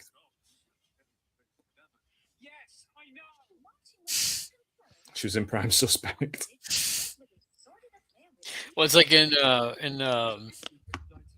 in extras when he's always like, yeah, Barry from EastEnders. Yeah, Barry. Yeah, Sean Williamson. Something inside so strong. He's always singing that on everything I've ever seen him in. Mm-hmm. I don't even watch EastEnders, but I know Barry from EastEnders. Yeah, Barry from EastEnders. Yeah. And introducing himself as that as well. Yeah, Extras was really good. That might be the last thing really that I liked of Ricky Gervais that I thought was good, like really good, really? Objectively good. Yeah. I think it was like, objectively good. I think maybe for me, he needs Stephen Merchant with him for it to work. Well, I mean, What about Life's Too Short?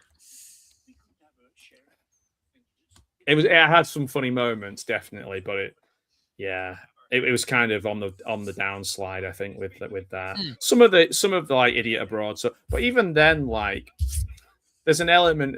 I don't know that like he's in on that, but there's an element of like bullying there that I'm not a big fan of. Is the way he is with people, but like some of it, I think, like Derek, for example, I feel is just an excuse for him to do a funny voice and do jokes. Like I never feel that it's like a genuine, like the emotion isn't earned, and I feel it's really like false and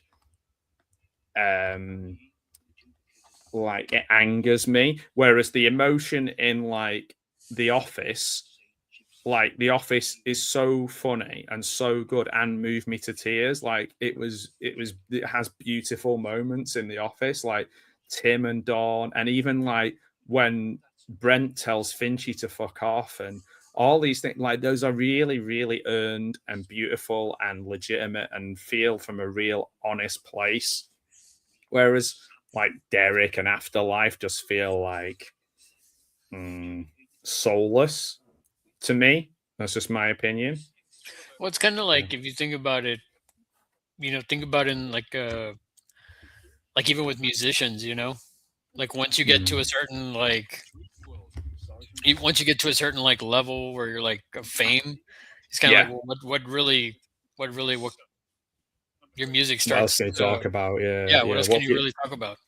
Yeah, like, have you got that passion, that energy, that more passion, more energy? No, but you're like you've not got the frustration and the kind of creative like desire. You just have to do it. It's like a job. It's a bit like I think maybe you'll have a different touch point, but I had that with like Oasis when I was a kid. Like everybody loved Oasis. They were from down our way. They were from round our area. Everyone loved them. And then when they went to London and bought Rolls Royces that they couldn't drive, like the music changed, they changed, the connection changed, and they didn't have that kind of like urgency anymore. And I was just like, they suck now. Like, and they did. Well, I mean, I'll give you a good example as well. I mean, Mumford and Sons. Right. Yeah. They that album, Sign No More. Like, it's like that whole album is just a bang. It's a banger after a banger after a banger. Like I can listen to that all the way through. Like it's just so emotional and passionate. You can tell, like like they had so much going. And then the next album, it's kind of like you can start hearing the decline. You know what I mean? Like in the quality. Like they had some good songs, but then you had like Jason Sudeikis and those guys like coming out in their music video. You know what I mean? Jason Bateman and I don't know if you remember that video. Maybe. I think that's it, isn't it? Well, it goes back to what you were saying before, and we're both saying like, wow, that was only like 6 episodes, or wow, that was only like one series. In a way, we can be like, we just remember it like that, and that's it. Like yes, Garth Marenghi is writing books and doing audiobooks and stuff, but like he's only done one TV series, proper TV series of like Matt Holtness did that, and that's like perfect. And like there's 2 series of Fawlty Towers, and there's 2 series and a specials of The Office, and like they're just all perfect. Cool. Like if they'd have done 10, Spaced is a good example. Yeah. Well, and some of that might be they got cancelled. I don't know, but like. Well, I don't think. I want to say Spaced. I don't think they got canceled. I think they were going to do a 3rd season, but they just never did it. Yeah, it was a bit like from what I remember. Like when I got the DVD, like when they released the series DVD on in the US. Like it was like I went down a rabbit hole, and it was just like everybody's been asking, we're season 3, and they just kind of like they just never got around to doing it, Right. Yeah, probably too successful in with the films. And then Big Train, I think, only had like 2 seasons as well, right? Mm-hmm. Yeah. I love the Bee Gees cowboy sketch from that, where he's like loading the gun and he's like, yeah, that's good. So good. And then it's Chaka. Yeah. Gunfight with Chaka. Yeah. The other one I liked is like where he's like a radio DJ, and he has all the kids like writing his stuff. Like he has them in a basement, and he's like, "What is this?" And he's just like being like telling off all the kids that are like just like trying to write all of his scripts and everything. I was just thinking, you were saying about like about getting cancelled. Remember when Larry King had Jerry Seinfeld on, and Larry King asked him if he got cancelled, and he was like, he's like, "Do you know who I am?" Yeah. He's like, "Do you know who I am? Like, I got cancelled." That's so funny. It's like that's one of my two favorites. My other one is like where he talks about like Danny Pudi's on from the Community, and he's on and he's asking about what he likes to spend his money on, and he's like, I like coffee, and he's like, coffee is that? He's like, Larry, I'm on DuckTales. That's so good, like DuckTales money. Yeah, crack me up. Oh man, it's about to pop off. Yeah, the cornetto there. Blue cornetto. So it's called Sanford in this, isn't it? But it's called Sanford, Gloucestershire.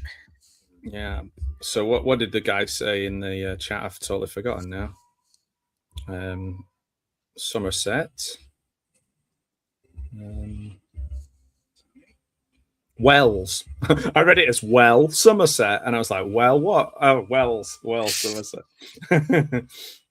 That's why I was looking confused at the camera for about 30 seconds. I love this was funny too. The old lady with the double barrel. Yeah. This is kind of a bit like, this is always scary when this kind of folk horror sort of stuff happens in films, like where there's fighting and blood and stuff in these country places. It reminds me of like the film, Kill List. If you've ever seen that, Kill List, that's a dark film. Oh, by the way, I just want to make sure I shout out Yahya Abdul Mateen II from Wonder Man, because I totally was like, what's his name? But he's really good in it. So yeah, Kill List is one that I think you'd like a lot, from 2011. So it's like a psychological horror crime. It's Ben Wheatley, and it's kind of supernatural, but there's some stuff like that. Like where it just reminded me, when they're fighting he's fighting that old couple in the countryside. Mm-hmm.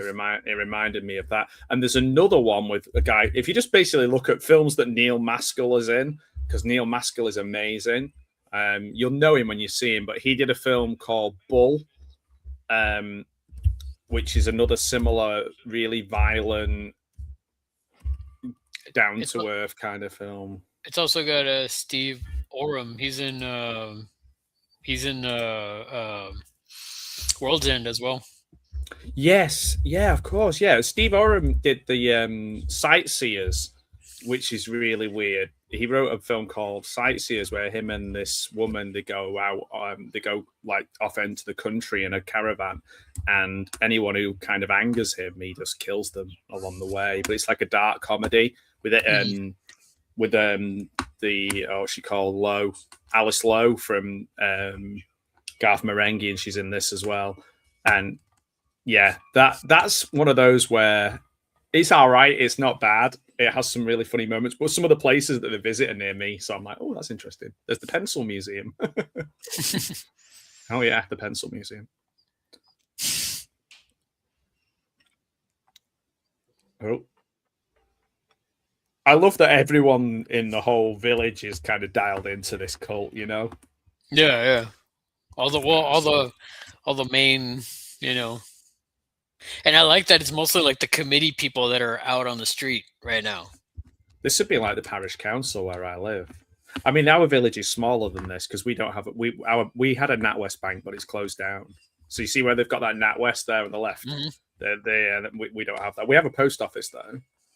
We have we don't have a pub, but we have a social club. We have an ice cream shop. Morning. But yeah, it's very similar. I would say their village looks a bit bigger than ours. So if you think how weird these people are in this village, just think of how weird people would be in a smaller one. I know, right? And I like that they're all packing heat. Like all these people, like they're all fully loaded with stuff. Like, you know what I mean? It's just great. Oh yeah, and like some of the guns are like ones you'd see on A-Team, you know? Yeah. Like the one shop lady's got like a sniper rifle. Yeah. This reminds me of like a Mission Impossible or a John Wick type one. There's always like always in a town square near a fountain. Always. So many films or rip-offs of those films where it's always a fountain. I don't know why. What is it? I guess because they're round and you can kind of have people. You can have people stationed around you, and you can kind of hide behind them. Well, I think it's also because it's a little bit kind of confined. Yeah. Maybe that's why, you know. You're probably right. It's like a little area you can just kind of plot out what you're gonna do. It's so funny because it's so incongruous seeing them like that lady looks like she works in the library, you know. Yeah.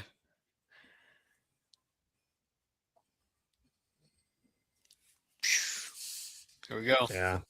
That's the Indiana Jones moment, but instead of sticking a thing in the wheels of the bike, he just opens up the car door. That's what I'm talking about. The crisscross running. I like that Danny or Nick Frost. I like how he just like jumps right into it, you know. Yeah. Do you know, I was just thinking, if they'd have made this later, it might have had problems. Because there was a guy in the UK who went rogue, out into the countryside, like shooting a load of people, and it made me. And I was just thinking, like, if it was around that time, it probably would have had a few problems. But it's funny. I don't remember this being controversial or anyone mentioning anything about it.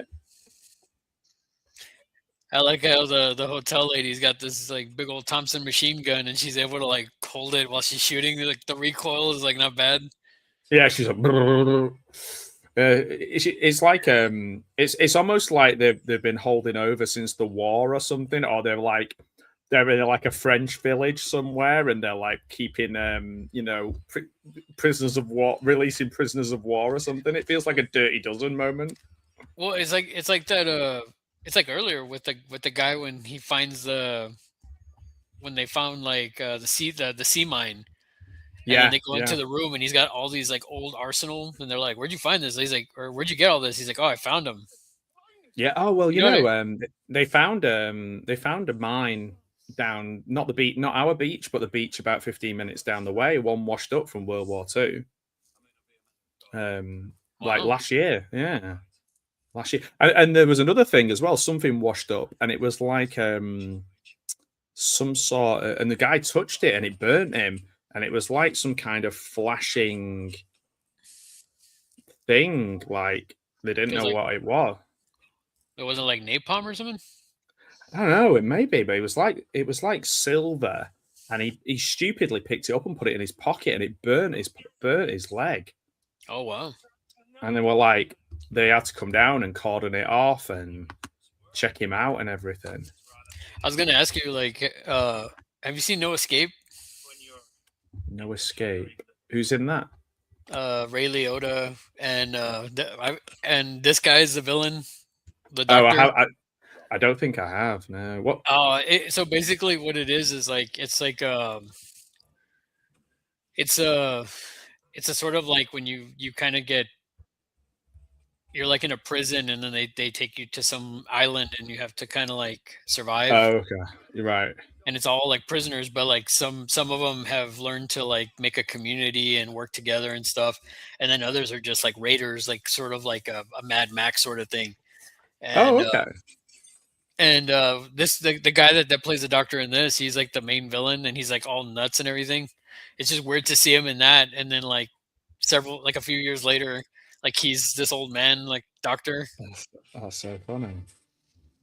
Because when I first saw this, I didn't realize it was him. You know, like I didn't realize. Well, this is it. A lot of them are a lot older than their heyday, aren't they? A lot of the people in. Yeah, Stuart Wilson. Mm-hmm. Yeah, Hot Fuzz. Yeah, Death and the Maiden, The Mask of Zorro, Lethal Weapon 3 apparently as well. Yeah, The Mask of Zorro. Did you you talk about post-apocalyptic stuff? I only just got round to watching and I really enjoyed it. I think I'm saying it right. The Last Drive-In, the Trenchard Smith film, Australian one. I think it's called The Last Drive-In. Double check. I feel like I'm getting it mixed up with Joe Briggs. It's not called The Last Drive-In, is it? It's called. Oh, the other interesting Death Drive-In or something. I was gonna say the other interesting film that Stuart Wilson was in. He was the main villain in TMNT 3. Ah, okay. Where he just like disappears into the water. I don't know if you remember that famous scene. He chroma keys into the water. I think I do. Yeah, I do.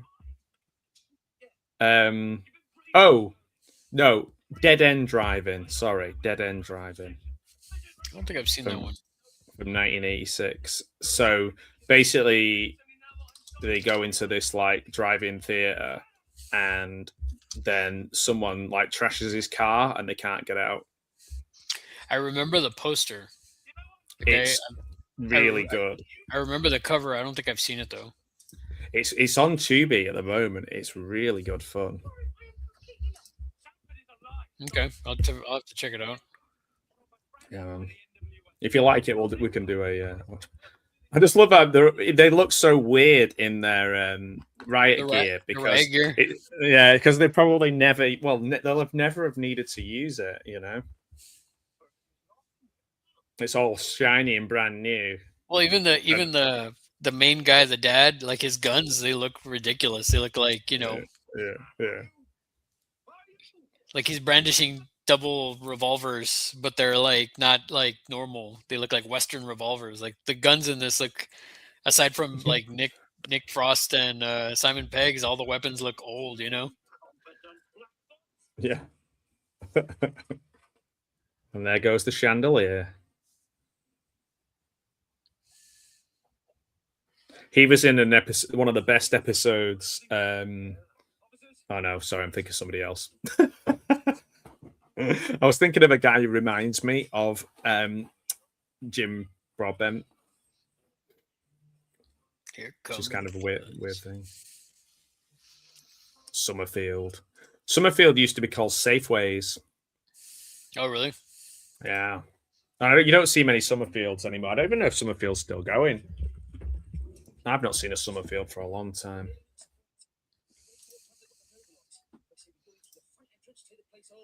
Very good. What he said. Mm-hmm.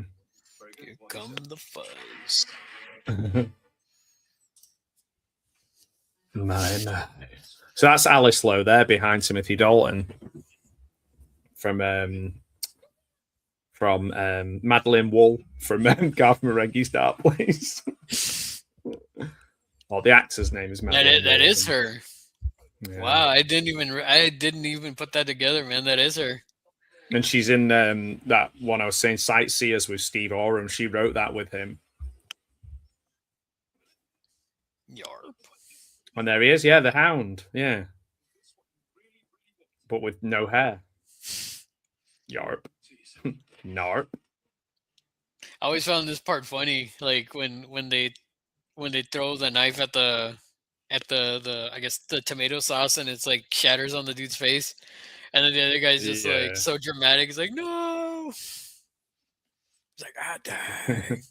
He's like, it's all right. It's just Polonese.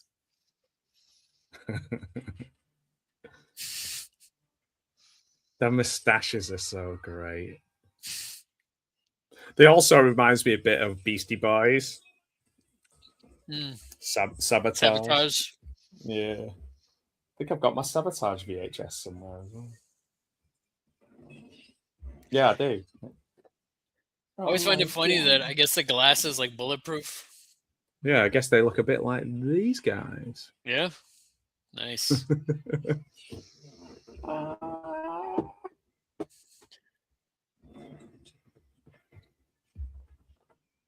You know what I mean, though? Like they're shooting the glass on in the deli section, and there's like all the shots that are doing that is like doesn't do anything. It's like bulletproof.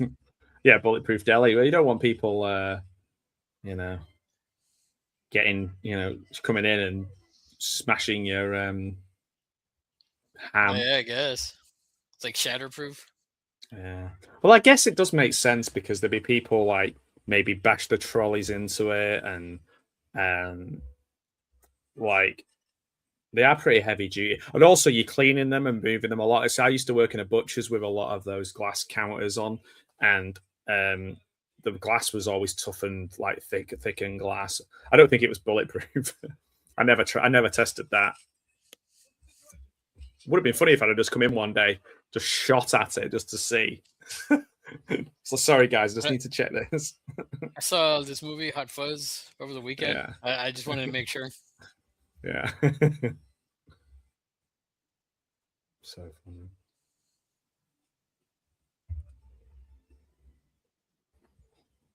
How many times have you seen Olivia Colman firing a machine gun?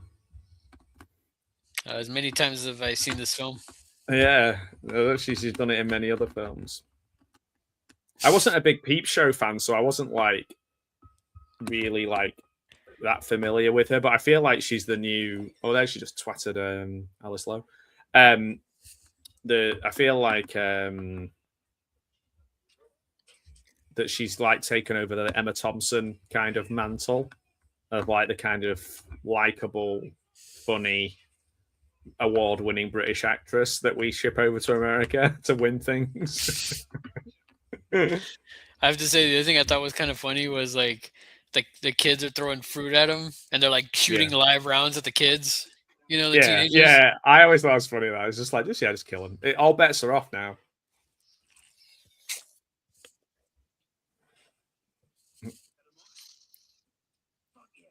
Yeah, this movie's great. Yeah, so good. So I guess we'll answer the question, after the movie's over. What is Hot Fuzz still perfect today? Mm-hmm. Yeah.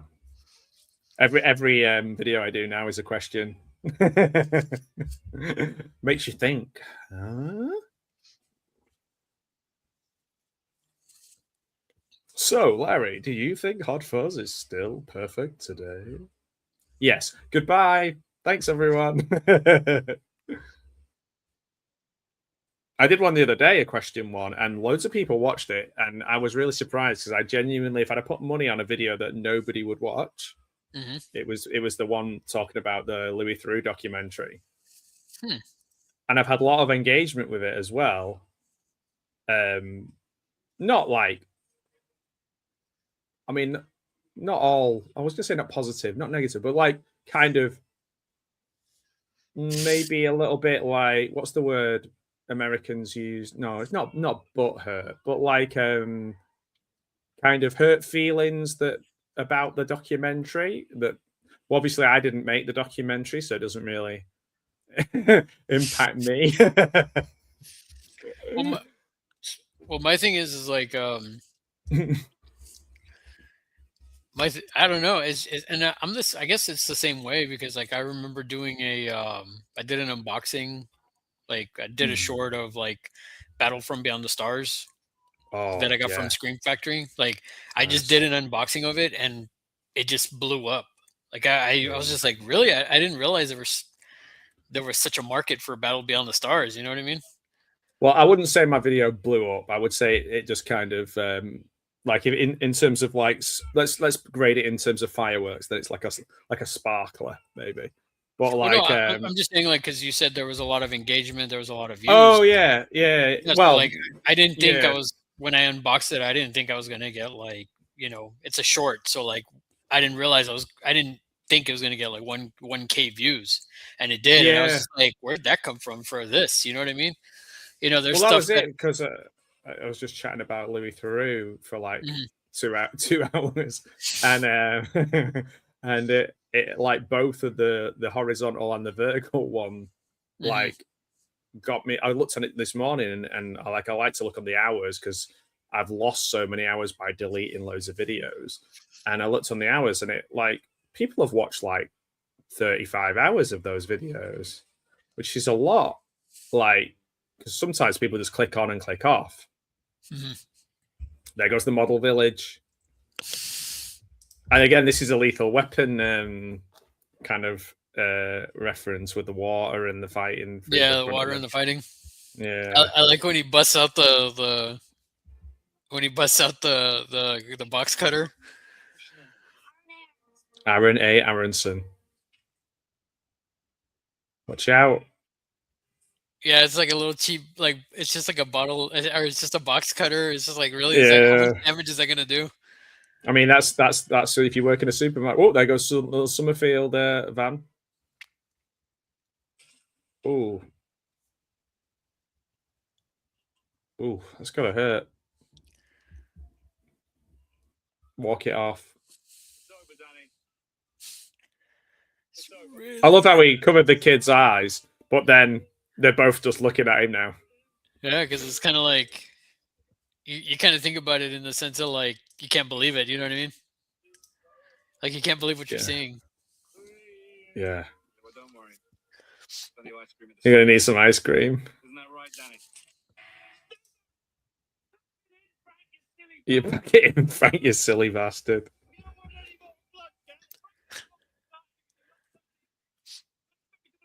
Here we go. We're coming up to the Point Break reference. Oh, okay. So I'll miss that because I don't remember much about Point Break. Right here, we're shooting up in the air.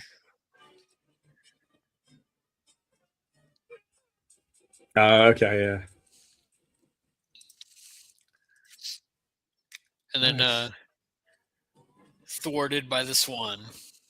See, I wouldn't think that Edgar Wright would be like a big Point Break fan.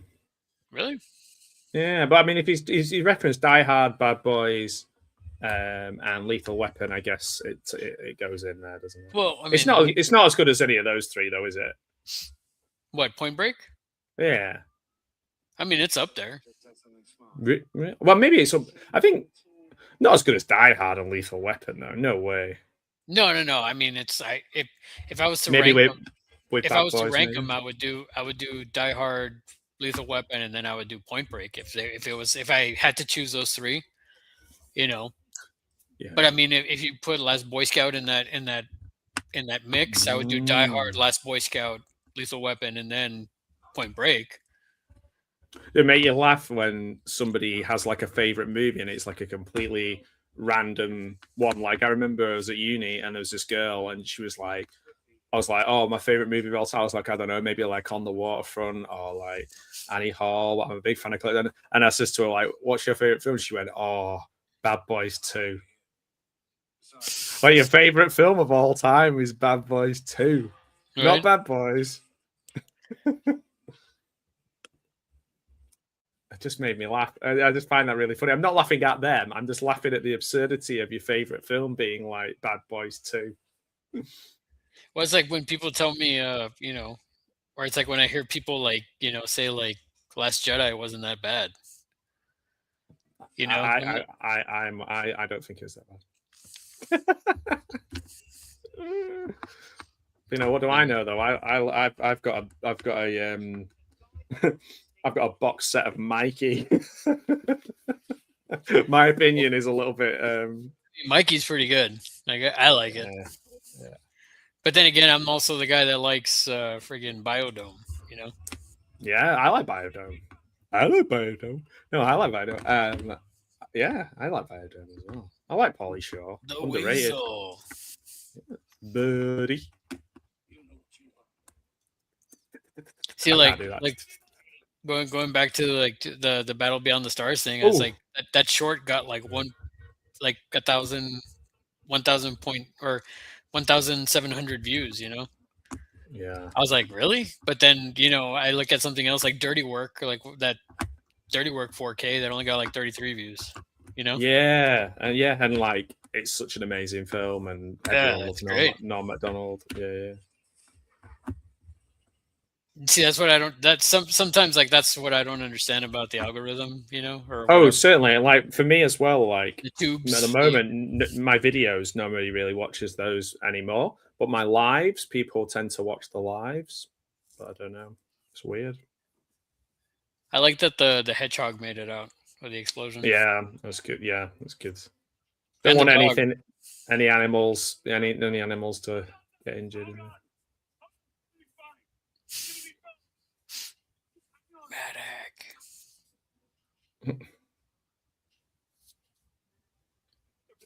It was gonna be fine. They should have done a version of this where he died, even if they weren't planning on using it, just to put in on the DVD. Yeah, that would have been insane. Yeah. That would have gotten so many buys. Like people were like, alternate ending. What? Alternate ending? What? And it would have been like a total tearjerker. I love the fact that like we have this thing where if you're specially trained, you can have like a faster police car. You can have the a Subaru, which is kind of like what a boy racer would drive in the UK. And it's like really embarrassing to see. You just see like kids who've just passed the test driving around in souped up Subarus, and like Nick's driving one of those in here, so he must have done the advanced driving course. I guess over here, like anybody can just get a Subaru over here. So it's kind of like, that's interesting to hear. You have to be like, yeah, only because then you're the one who, if you have to be like in a pursuit, then you're the, the designated pursuit person.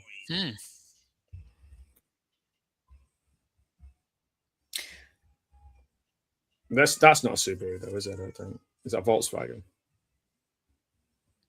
Was it, or was it a Saab? Oh, I saw quite a few Saabs in this film. Don't see many of them in real life anymore. Written by Edgar Wright and Simon Pegg. People forget that as well, I think, that Simon Pegg actually wrote that. Mm-hmm.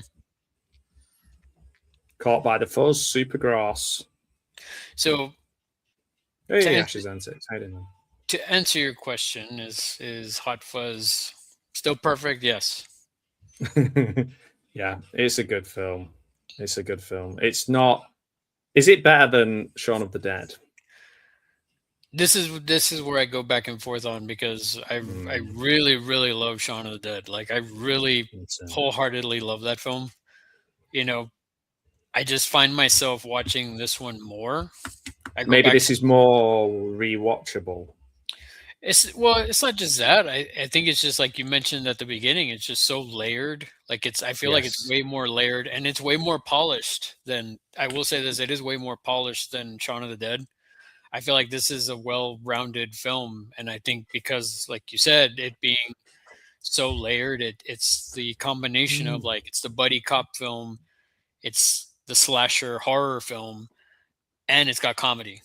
Yeah, and how weird is it that a second film where you got more money, that he's used it correctly and wisely and actually upped all of the things that he probably would have liked to have done in the first one. And it's very rare that happens. Usually the money means that the second film's not very good. Yeah. It's kind of weird that this one is like, he's instantly like spent it on all the right things, which is bonkers. Well, this one, I still feel like it's probably, I look at this one the same way that I look at, or the way I can compare it to is like, look at, as we were talking about Guy Ritchie earlier. So like he did Lock, Stock, and then on the second film, Snatch, like it was just like, it's more polished, it's more, it's more money, because look at all the actors that are in it and everything. But in that case, I still really, really enjoy Lock, Stock more. This one, it's like I said, I wholeheartedly still love Shaun of the Dead. I really, really love it. Yeah, but me too. I think I find myself going back to this one a lot more, and but if I had to rank the two, it's just kind of like, and even saying that, even saying Shaun of the Dead, like out of 10, I'd give it a 9.5. You know? Yeah. Okay. See, I would give Hot Fuzz like a 4 out of 5, so that would be like an 8, wouldn't it? Yeah. Maybe even a 4.5.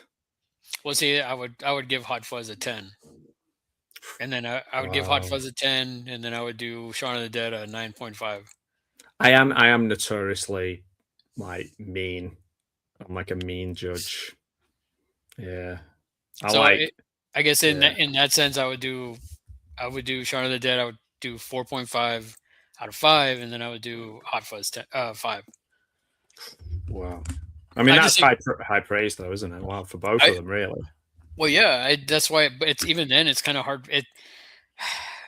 It's just, I don't know, man. Like I said, this one, I feel like it's a perfect movie.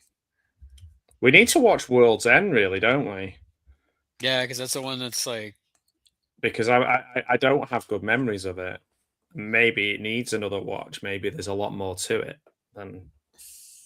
I don't know. I've seen it. I think I have it on physical media. I can't remember, but that's one I actually got to see in the theater. I got to see that one in the theater, and I was like really, really hyped about it. And when I saw it, I was just like, man, I felt like I didn't like Simon Pegg's role in it. I can't. Do you know that? I don't know whether it's just my adult brain, but I just can't remember anything about it. And I'm pretty sure I saw it in the cinema too, and I'm pretty sure I was dead excited to see it. So yeah, what happened? What happened? Yeah, I don't know. Like I said, I just didn't, and I didn't like Simon Pegg in it. I didn't like his character was too annoying to me. It felt a bit like a sitcom to me, and it was weird because it's kind of similar to what's the one, the James Franco apocalypse one? Oh, This Is the End. This Is the End, which is actually one of the, out of all those films, a lot of those don't age very well. That kind of Apatow guy films. That one is still really good. Yeah, I like that one a lot. And it's funny because out of the two, you'd expect World's End to be better than that, but I don't think it is. No. Which is weird. I mean, I like a lot of the characters. I just don't like Simon Pegg in it. Right. There's some parts. There's some parts that are pretty good that I do find funny. Like there are some parts of it that I'm like, oh, this is pretty cool. But coming off of Hot Fuzz, I feel like it's like a huge decline, from Hot Fuzz. Maybe that's why he went in such a completely different direction with the rest of his other films afterwards, because he was like maybe distanced himself from kind of maybe it felt a bit repetitive, Well, I mean, there's even bits. So, like, for example, the fence bit is done in this one, and it's still funny. There's if I'm remembering correctly, I think I've only seen World's End like twice, 2 or 3 times. There's also they do the fence bit again, but it's not as funny. Yeah. That's probably the reason why Well, I mean, you can also then say it's a trilogy and just go, right, I'm done. Yeah, I mean, of course, it's kind of like think of it like it's like Star Wars, and then Empire Strikes Back, and then Return of the Jedi, kind of, and then that's where it starts. Then Last Jedi, where it goes through the roof, amazing. All right, man. Have a good night. And then we're just like, I can't remember. I was going to say the name of one of the shows, but I can't remember any of them. Then it's like the Book of Boba Fett, which is like 10 out of 10 when you're just like watching a sad, grumpy, out of shape Boba Fett get pushed around by people. Yeah, that was one that I was just like, this is the greatest bounty hunter in the galaxy, or the most deadliest, and every 5 minutes he's like, don't you know who I am? I'm Boba Fett. Like that's all it is. He's like telling everybody he's Boba Fett, and what's her name is Fennec Shan is doing all the grunt work. Yeah, he's like not really doing anything. I'm Boba Fett. Nice to meet you. How's it going? You all right? This is my friend Brett. This is Murray. Present. Boba Fett. Present. Oh man, that's good. That would be a good spin-off, like the Concords with Boba Fett in it. I know, right? Yeah, get all the New Zealand guys together. Book of the Concords. Yeah, that would be so funny. So they're all bounty hunters. Well, it's just like speaking of spin-offs, I mean, like it's like Wellington Paranormal. Did you ever watch that? I haven't. No, that's not true. I think I watched the first episode of that. That's the New Zealand one, isn't it? Yeah, that's the one with the cops from What We Do in the Shadows, the original film. Yeah, like they did a spin-off show with the cops, and oh my god, it's so funny. It's just so good, man. It's so good. Yeah. I think I don't. It's one of those, I'm like, I start watching something and then for no reason whatsoever, just stop in the middle. But yeah, I remember it being good. I do remember that for sure. Funny that Stacey mentions in the chat about Bud Spencer and Terence Hill. One of the hill is called Spencer Hill in the in Hot Fuzz as a tribute to them because of the buddy element of this. So yeah. There you go. Little factoid.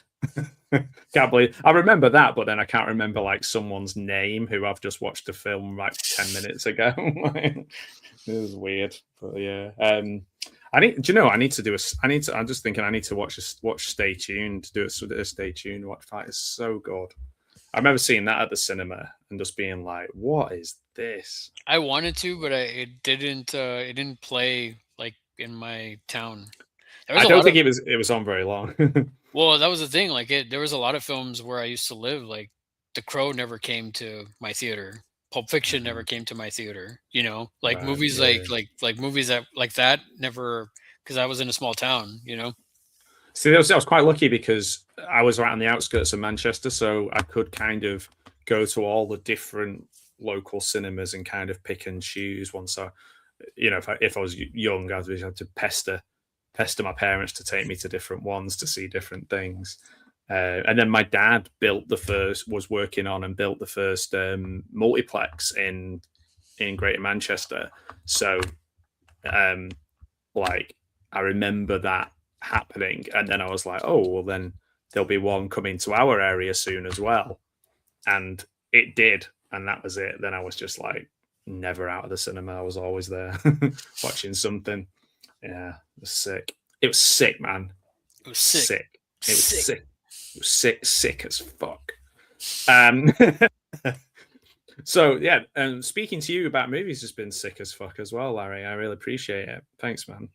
Oh, thanks for having me on. This is one that I was like, when you had first mentioned it, I was like, oh yeah, man, for sure. I hadn't seen this one in a while, and like I said, it's one that I thoroughly enjoy quite a bit. Again, I know it's, and I know one of my buddies will probably be like, "What? This one over Shaun of the Dead?" And it's like, I don't know, man. Ever since I've seen this one in the theater, like I gravitate. I keep going back to it more and more than Shaun of the Dead. I love Shaun of the Dead. I absolutely love it. There's a lot of good bits in it, but it's just like this one is just. I feel like this one is well polished. It's more polished. It's well rounded. Like you said, it's more layered than Shaun of the Dead. Shaun of the Dead has some drama, but it's mostly like comedy horror. It's like a comedy horror. I think it's easier to kind of be a fan of Shaun of the Dead because there's a lot of like you can dress up in the white shirt and there's like iconic. It's more iconic, whereas this is more like a better. Like you said, there's more to it. It's a longer film with more in it, more action. There's loads more to kind of dig into. Whereas with Shaun of the Dead, it's like a perfect little, little horror comedy. Yeah, horror comedy, and also like horror is inherently more like popular now more than ever. So it's like more people are going to say, of course, I like that one, because even though this has a horror elements in it, it isn't like an obvious. It's like cop film. Really, it's like more like a British. If you're going to label it as something like a British take on Bad Boys or something like that, with like ironic, an ironic take on it being in a particularly small village where nothing happens, which is part of the fun of it, I guess. It's part of the fuzz. Part of the fuzz, yeah, the hot fuzz. So yeah, I've just been literally writing lists of films we should watch together. So I'm sure we'll be. But check out Dead End Driving. I really enjoyed that. Okay. I watched that on Tubi recently. And another film I watched recently, I know you've probably seen it, is Clive Owen in Shoot 'Em Up. Oh yeah, that's a great one. Oh, what a great film! What a great film! But yeah, if you like Hot Fuzz and that kind of thing, Kill List. It's not a comedy. It's not a comedy. In the words of Rainier Wolfcastle. Help my help my mom is a oh, that sounds hilarious. It's not a comedy. Kill List and Bull, two kind of weird folky supernatural horror / serious drama.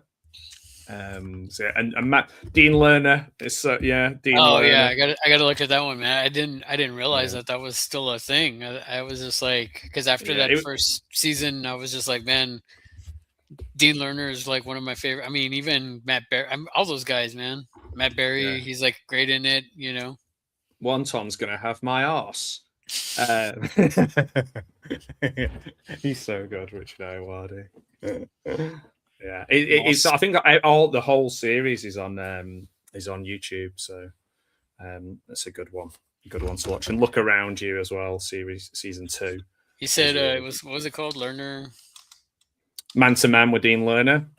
Okay, Man to Man with Dean Lerner. Yeah. So good. And you'll get all of the different characters as well. Maybe not the racing car one, because that's really much. I don't know if you ever remember the guy, the racing driver called Nigel Mansell. No. It's very, very specific to like a boring, like a very boring type of sports personality that doesn't really have a personality. It's that kind of thing.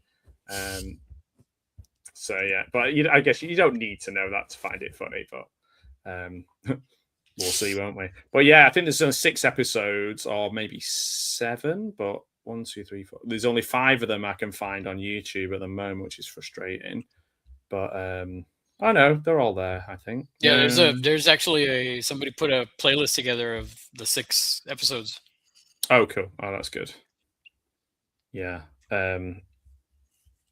Yeah, so I'll let you know how I get on with Garth if I get to meet him on Thursday. Nice. Wondering, I might try and get him to sign his book, but he might only want to sign his new book. Which did you see that one interview he did with Mike Flanagan? I've got it saved in my watch later, but I haven't actually watched it yet. There we go. There's wow. Teratome Dreamweaver. Yeah. Blood. Dreamweaver. Blood, and bits of sick. Oh, yeah, it's just so good. And I've been listening to the audiobooks of them, to be honest, because they're so much better than to hear him read them. There's certain things that lend themselves more to audiobooks, and I think one is like if it's a comedian performing as a character, like the Alan Partridge ones, there's no point listening, no point reading them. You want to hear him. The same goes with Garth Marenghi. Right. Well, I'm going to go to bed. All right, man. Well, care to join me? No. I don't want to go to sleep yet. It's still early here. Yeah, we can have like a sleepover, and how we can do that? Just like a Zoom sleepover. Yeah, just like are you asleep? We're both there with our night caps on. It's like, are you asleep? No. That'd be funny. Can you sleep? No. lights are off, and then I'm just literally like, what? Sleep. Man, are you awake? Man, Yeah. Man, are you awake? How many views do you think we'd get for that? I don't know. It might be one of those ASMR. It might be, actually. Yeah. Where it's like we just like just talking a little voice like this. We just talk like that. Yeah. We just talk like that. Yeah, lips in like. Yeah. Just watch. It's kind of creepy. Yeah, it's kind of creepy. Yeah, we've had like we've peaked and troughed with the views, and when we started doing that, it went down to 0. Not too many ASMR fans, I guess. No, I guess. So, anything coming up that you want? Awesome. I know you've got a Creature from the Black Lagoon video that was just dropped, as people like to say. Anything else coming up that you want to tell us about? Anything you want to promote? Any products that you're selling? Hats, t-shirts, drugs. I mean, like dick pills. Yeah, I was gonna say it's like hard cat dick pills. Yeah, mattresses. Hello, go to my Fresh. page, and you can use my code for purple mattress. Those are great beds. Great beds. No, yeah, as you said, I dropped the Creature from the Black Lagoon collection video, which actually a lot of people seem to and have enjoyed it. I got a ton of like comments on it, so that was pretty cool. Nice. Yeah, it's one of those things where it's like I wasn't sure how it was gonna do. Like, I mean, it's not blowing up with like views and or anything like that, but I mean, the fact that the quality of people like actually like commenting on it and everything, that's the part that I'm kind of like, well, that's pretty cool. I was very surprised. No, what was that?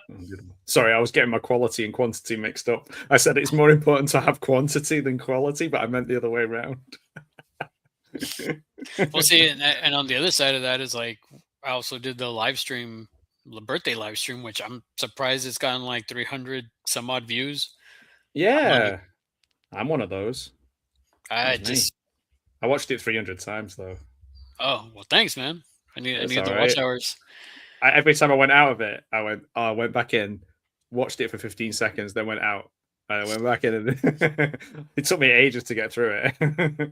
It was long, man. It went by super quick, But when I went back and I looked, I was like, holy crap, man. It's like, I even told Papa Gaz at the end, I was like, man, it's like 2.5 hours already, So, no, but it was really fun. I was surprised that a lot of people showed up and, were in the chat and watching, like even at a point where there wasn't too many people like chatting in the live chat. There was still quite a bit of people watching. So that was pretty cool. Beyond that, I have I'm going to do a watch party with Gareth on Monday. Oh, cool. For Maniac Cop 2. So that should be fun. I'm trying to get together to do another conversations with. There's like a couple of people I've kind of messaged to see. Cool. But we'll see, Oh, that'll be good. I dropped a short for my Jason figures for Friday the 13th. I dropped that last night. And yeah. You better go and pick it up. Better go and pick it up then, aren't you, if you dropped it? Yeah. Beyond that, I mean, not too much else, just the regular stuff like reviews of like figures and stuff. Since I did the creature collection, I figured I would, instead of doing like the next thing, which was the second most voted thing, which was a Predator figure, I'm going to do something different. I was kind of doing some moving around at the man cave this weekend. I had started before and I finally got around to doing more of it. So, yeah, I took some pictures of that. I'm going to put that up in my members chat to show, or my members only post, so people can check that out. Okay. Yeah, that's good. My members stuff has like other videos, like reviews I've done and reveals for the Drill Joy figures and stuff like that. And, my experience with Romero, like some like vlog type stuff. So, nice. Yeah, so that's kind of trying to do stuff for them as well. So, yeah, that's pretty much it. Oh, that's brilliant. Also, I clipped up some of the stuff with them. We were talking when we did the Friday night stream. So I've got you talking about Tron Ares. A little video about you talking about Tron Ares that I've put up. I think I sent you the collab link, and that'll be this month as well at some point. So keep a if you like Larry on my channel, and keep an eye out for the Tron Ares not boring ? Video. Because then Larry's going to tell us all about his experience. And also check out our 4th of July. Yeah. Oh man, that'll be coming round again soon. We'll watch. We'll watch. We'll watch it again, and we'll pretend like we've never seen it together ever. Yeah, but oh my word, his legs are so long. I might get it on VHS, because I've just set up a little. I've finally got it like working as a second screen, so I can. There we are. Look, oh, nice. It's just over there. And now I'm over here. So it, coincidentally, like when I was like moving my stuff, I have my old VHS player from like when I was in high school. I still have that's what that is. Yeah, that's what that is. I still have it. So like, it's not yours. It's mine. Yeah. Well, that's yours. That's yours. Yeah. No, this is yours. But no, but I was able to plug it up like since I moved my TV stand and all that stuff. Like I finally I cleared stuff out and I put the VCR in there. I plugged it up. The power anyway. I need to plug the component cables to my TV. But yeah, so I'm excited, man. I'm excited to like go back and like start watching the VHS films.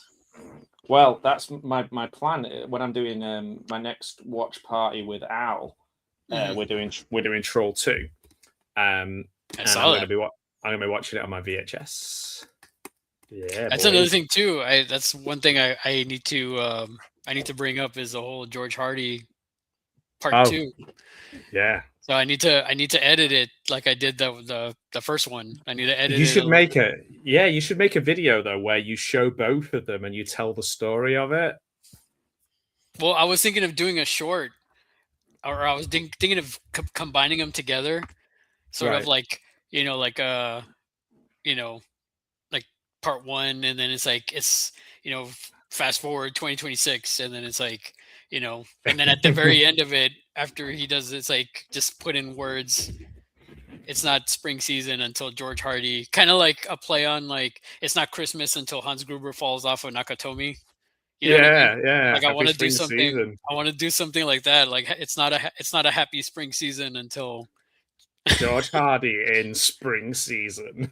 Until George Hardy wills it so. Yeah. Oh man, so good. Oh, I finished my my documentary that I'm making. That's not going to go on YouTube, but I'm gonna. I've been talking to Darren from Troll 2, and he's all on board with me, like submitting it to film festivals and stuff. Nice. So I'm hoping that I'll get some feedback, hopefully positive feedback, but you never know. Some feedback, some description, just a no, just no. But yeah, I've been putting, my eyes are killing. I've been putting so many hours into making it. I've like really been going back to what I remember about filmmaking from when I was at university 20 odd years ago, 25 years ago. Well, I mean, if you're wanting to submit it, I mean, are you just going to submit it like locally, or like, maybe you could try to submit it to Texas Frightmare or, Houston? I have. Well, Frightmare is very expensive. I've only submitted it to either local or free ones. So I've submitted it, and you're going to think this is bonkers. So you have to like pay to submit it? Some of them, yeah. So Frightmare, I think you do, yeah. Wow. If you're local, it's usually cheaper. So, for example, if it's local, sometimes it's like $5. But like but if you're international, then it's a lot more. Even if you send it to them digitally. Yeah. Like just to submit them. So at the moment, I've submitted to 31 film festivals. We'll see what you can do. Send it to me, and I'm like, oh no, I'm at. Yeah, that's true. Could do that. That's a good idea. So at the moment, but I use your picture, like, so it's like, yeah. Oh, that's like, it. I'm on the end of the film. Yeah, you'd have to like wear a mask or something. if you were there in person. I'll just be like, send me your face. Yeah. So there's a few of them that are the notification dates are in like I'm going to hear something 15. One of them is tomorrow, actually. Oh, no. Wow. No, it's not. 15th of March, 2027. Damn. Wow. The next one, yeah, they're all over as well. I didn't realize this. The next one is March the 30th, which is I've submitted to the Purgatory Film Festival, which is I don't know where that is actually. Maybe try Houston Horror. Well, I've done. Yeah, I mean, I just basically I filtered it via how much, really, because some are free and some are like very, very. So and also some because it's just over 15 minutes. Some short film competitions it has to be less than 15. Mine's like 15 minutes and about 30 seconds. So I don't, and then some of them they don't accept documentaries like the horror festivals, but they don't accept documentaries. So I've done a few. There's one called Rilla Thriller, which Gene Dolders, who made the British Yallo, I interviewed him on my channel. He took his film there. I know a few people who have took films there. So I've done that one, which is in Wales. The Caligari International Film Festival, the Calgary Horrorcon, because Bret Hart, and because you're Canadian as well. I've got all over the world, basically. Horror Movie Freaks, Anglerfish Film Festival, the Fanto Freak Fest, Dead Prairies Horror Fest. There is one in Texas actually that I've done, but I just can't remember where it is. Ravenswood. Is that what it's called? No, I don't know what the one in because I can't. I'd have to click through all 30 of them to find it. Gotcha. But yeah, the next one I hear from. So what I want to do is, if I do ever show it on YouTube, I want my poster to have any awards on it, and I might just take everything off my front page of the YouTube page and just have that. That would be my because it's the thing I've spent the most amount of time on in the last 20 something years. So like. It feels like a proper. I wanted it to be like a proper film. Anything that I thought I would have done for YouTube, I did the exact opposite. Cool, man. Yeah. I look forward to checking it out. Yeah, man. I think I sent you a link. I'm not sure. I should have sent you a link. I think I did. So yeah. There's been about 12 versions of it, so I think you've got the right version. I mean, that's how it is, man. You know, like that. I'll just before we go, it's just to kind of let you behind the curtain. Is just that, like the video, like the collection video, the Creature from the Black Lagoon. That thing was like 36 minutes. Right. Wow. The raw footage was like 36 minutes. I cut it down to whatever. Like, was it 20 something minutes? I think. Yeah. I cut it down. That's one thing about your videos. They're also very meticulous, you know. I like that. That's what I like about them. I'm crazy. A perfectionist. I'll do like retakes. I'll do like 3 different takes, and I was just like, I don't know, man. Like I said, I went from 36 minutes and then I cut it all the way down to 23 just because I just I'm like, oh my God, there was stuff that I realized I repeated myself. And then somebody in the comments told me like, I forgot a figure. And I was like, oh my God, I did forget a figure. Wow. So now it's going to it's going to eat at me now. The people are wow. Yeah. I guess it's slightly different because it's like a very specific community who know their stuff, who are watching your videos, like, whereas I feel like my videos are so disparate and all over the place that it doesn't have like one group of people who know that thing, you know what I mean? Like, you go, hang on a minute, you're wrong about blah blah blah, because like I could be talking about something completely different the next day. Whereas with like action figures and things like that, I feel like people get on their high horse a bit quicker. Well, that's the thing too, though. The person that made the comment they also got it kind of wrong, because the person that made the comment, they said that I forgot, or not that I forgot, but they said like, oh, where was the Raphael creature? Right. And I was like, oh, that's right, I forgot. And I said it was like the Leo creature, because it was Leonardo, it wasn't Raphael. And he's like, oh, that's right, it was Leo. So I mean, it wasn't in a bad way, like, oh, you forgot this, but when they reminded me, and I was just like, I totally forgot about that one. You know, so like, fuck you, man. Don't ever question the horror cat. The NECA king. Warrior, sorry. The NECA warrior. This is so weird because last time I wrote it to him, he said NECA. This time he said NECA. NECA, was like, wow. king. Yeah, NECA warrior. I just wrote the first thing that came into my head. I thought that'd be funny. Well, that's the thing. Like after that, it made me want to do like I had made some stickers when I had won horror tuber of the month. So I did like horror cat king. Oh yeah. You know. Mm-hmm. And then so I wanted to do one that said like, you know, NECA warrior and NECA king. Like I wanted to do some of those.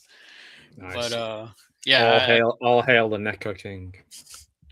But no, man, yeah. Do it like Dream Warrior style. Oh, like a 80s like retro. Yeah, like NECA warrior, but like NECA warrior. I gotta get Macabro to do that. Yeah, he could do it. Yeah, that would be cool. Yeah. I think he should submit some of his fake trailers. Yeah, there's loads of festivals that have a trailer section. Loads. Because I mean, some of his stuff is just hilarious. It's like it's so good, you know. It's like it's so genius, you know. I agree. I don't know, man. That's why I like the blood gobble thing, like with the turkey. Like I made I made that design, and then I made sure to put on the bottom like a Maxitos production to give him the credit, you know. And I asked him too. I was like, "Hey, do you mind if I you know put this on my shop as a design?" And he ggave me the permission, you know. That's cool. Yeah, no, he's a very, very creative. This is the thing. There's so many creative folks, and sometimes I've got a friend, and he wrote this screenplay, and I kind of pointed him in the direction of some things, and he won so many awards for it. And it was, if anything, it was really good for his confidence. I'm just kind of like, wow, I am like, and he got loads of feedback, and he changed the script based upon the feedback he got, so it helped him as well. So yeah, it's definitely a positive to kind of get things out there and let people have a look. Right, and that's why I think the professor should he should submit like his trailers, you know, because I think it's genius stuff, man, and it's just randomness that we all talked about on you know on in the house, you know what I mean? Totally. So it's just like to just like a small concept is like planting the seed, and then he goes and he builds the whole world, and it's great. Well, sometimes you just need that like those people to kind of bounce things off, and then it just sets you off in a direction. Like when I was at university, my friend Rick, he was on my video where we went to the Wicker Man locations with he and I could just literally sit in a room and just have a million ideas, just bouncing stupid shit off each other, just because our brains kind of work in similar ways, but also completely different at the same time. So it's like, no, not like that. What about like that? Before you'd even kind of finish the thought, and you're like, oh yeah, that's better. Right, it's amazing. Yeah, to have that little group for sure. Well, yeah, for sure. I appreciate catching up with you.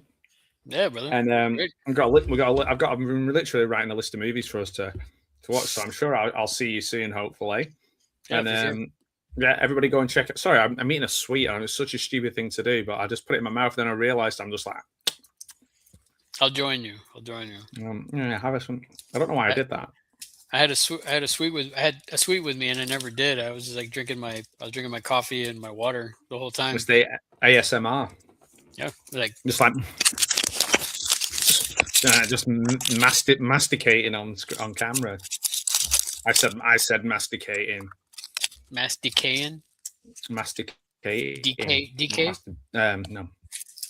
Mass decaying. That's just aging, isn't it? Mass decaying. All right. Well, buddy, I think we've run out of things to do because we're eating sweets. So, yeah, World's End, Dead End Driving, Mikey, stay tuned, Kill List, Dean Lerner. I have it queued up, the Dean Lerner right now. Let's go, man. I might go and watch it as well. I think, yeah, I'm going to watch it too. They're a bit up and down, but when it hits, it's great. Okay, everybody, thank you so much for watching. We've had loads of people watching, actually. I don't know which is which, but we've had about maybe over 2 different formats, about 400 people tune in at some point. So wow. I appreciate that. Yeah, 194 on one and 234 on the other. It's not showing. It'll only show up in the studio bit at the moment, but that's crazy. I really appreciate everybody who's tuning into all these streams at the moment. And you know, if you like Shaun of the Dead better than Hot Fuzz, that's okay. It's okay to like a movie. We're not going to fight you on that. Larry might. No, he won't. We're not going to fight you. Only if it's Last Jedi. Yeah, yeah. He'll only fight you if you like The Last Jedi more than Hot Fuzz, or if you just like it in general. Like if you like Last Jedi in general, I'm gonna, he's gonna think something's wrong with you. It's gonna go medieval on your ass. All right. Good night, everybody. Say good night, Larry. Good night, Larry. Eating your sweet.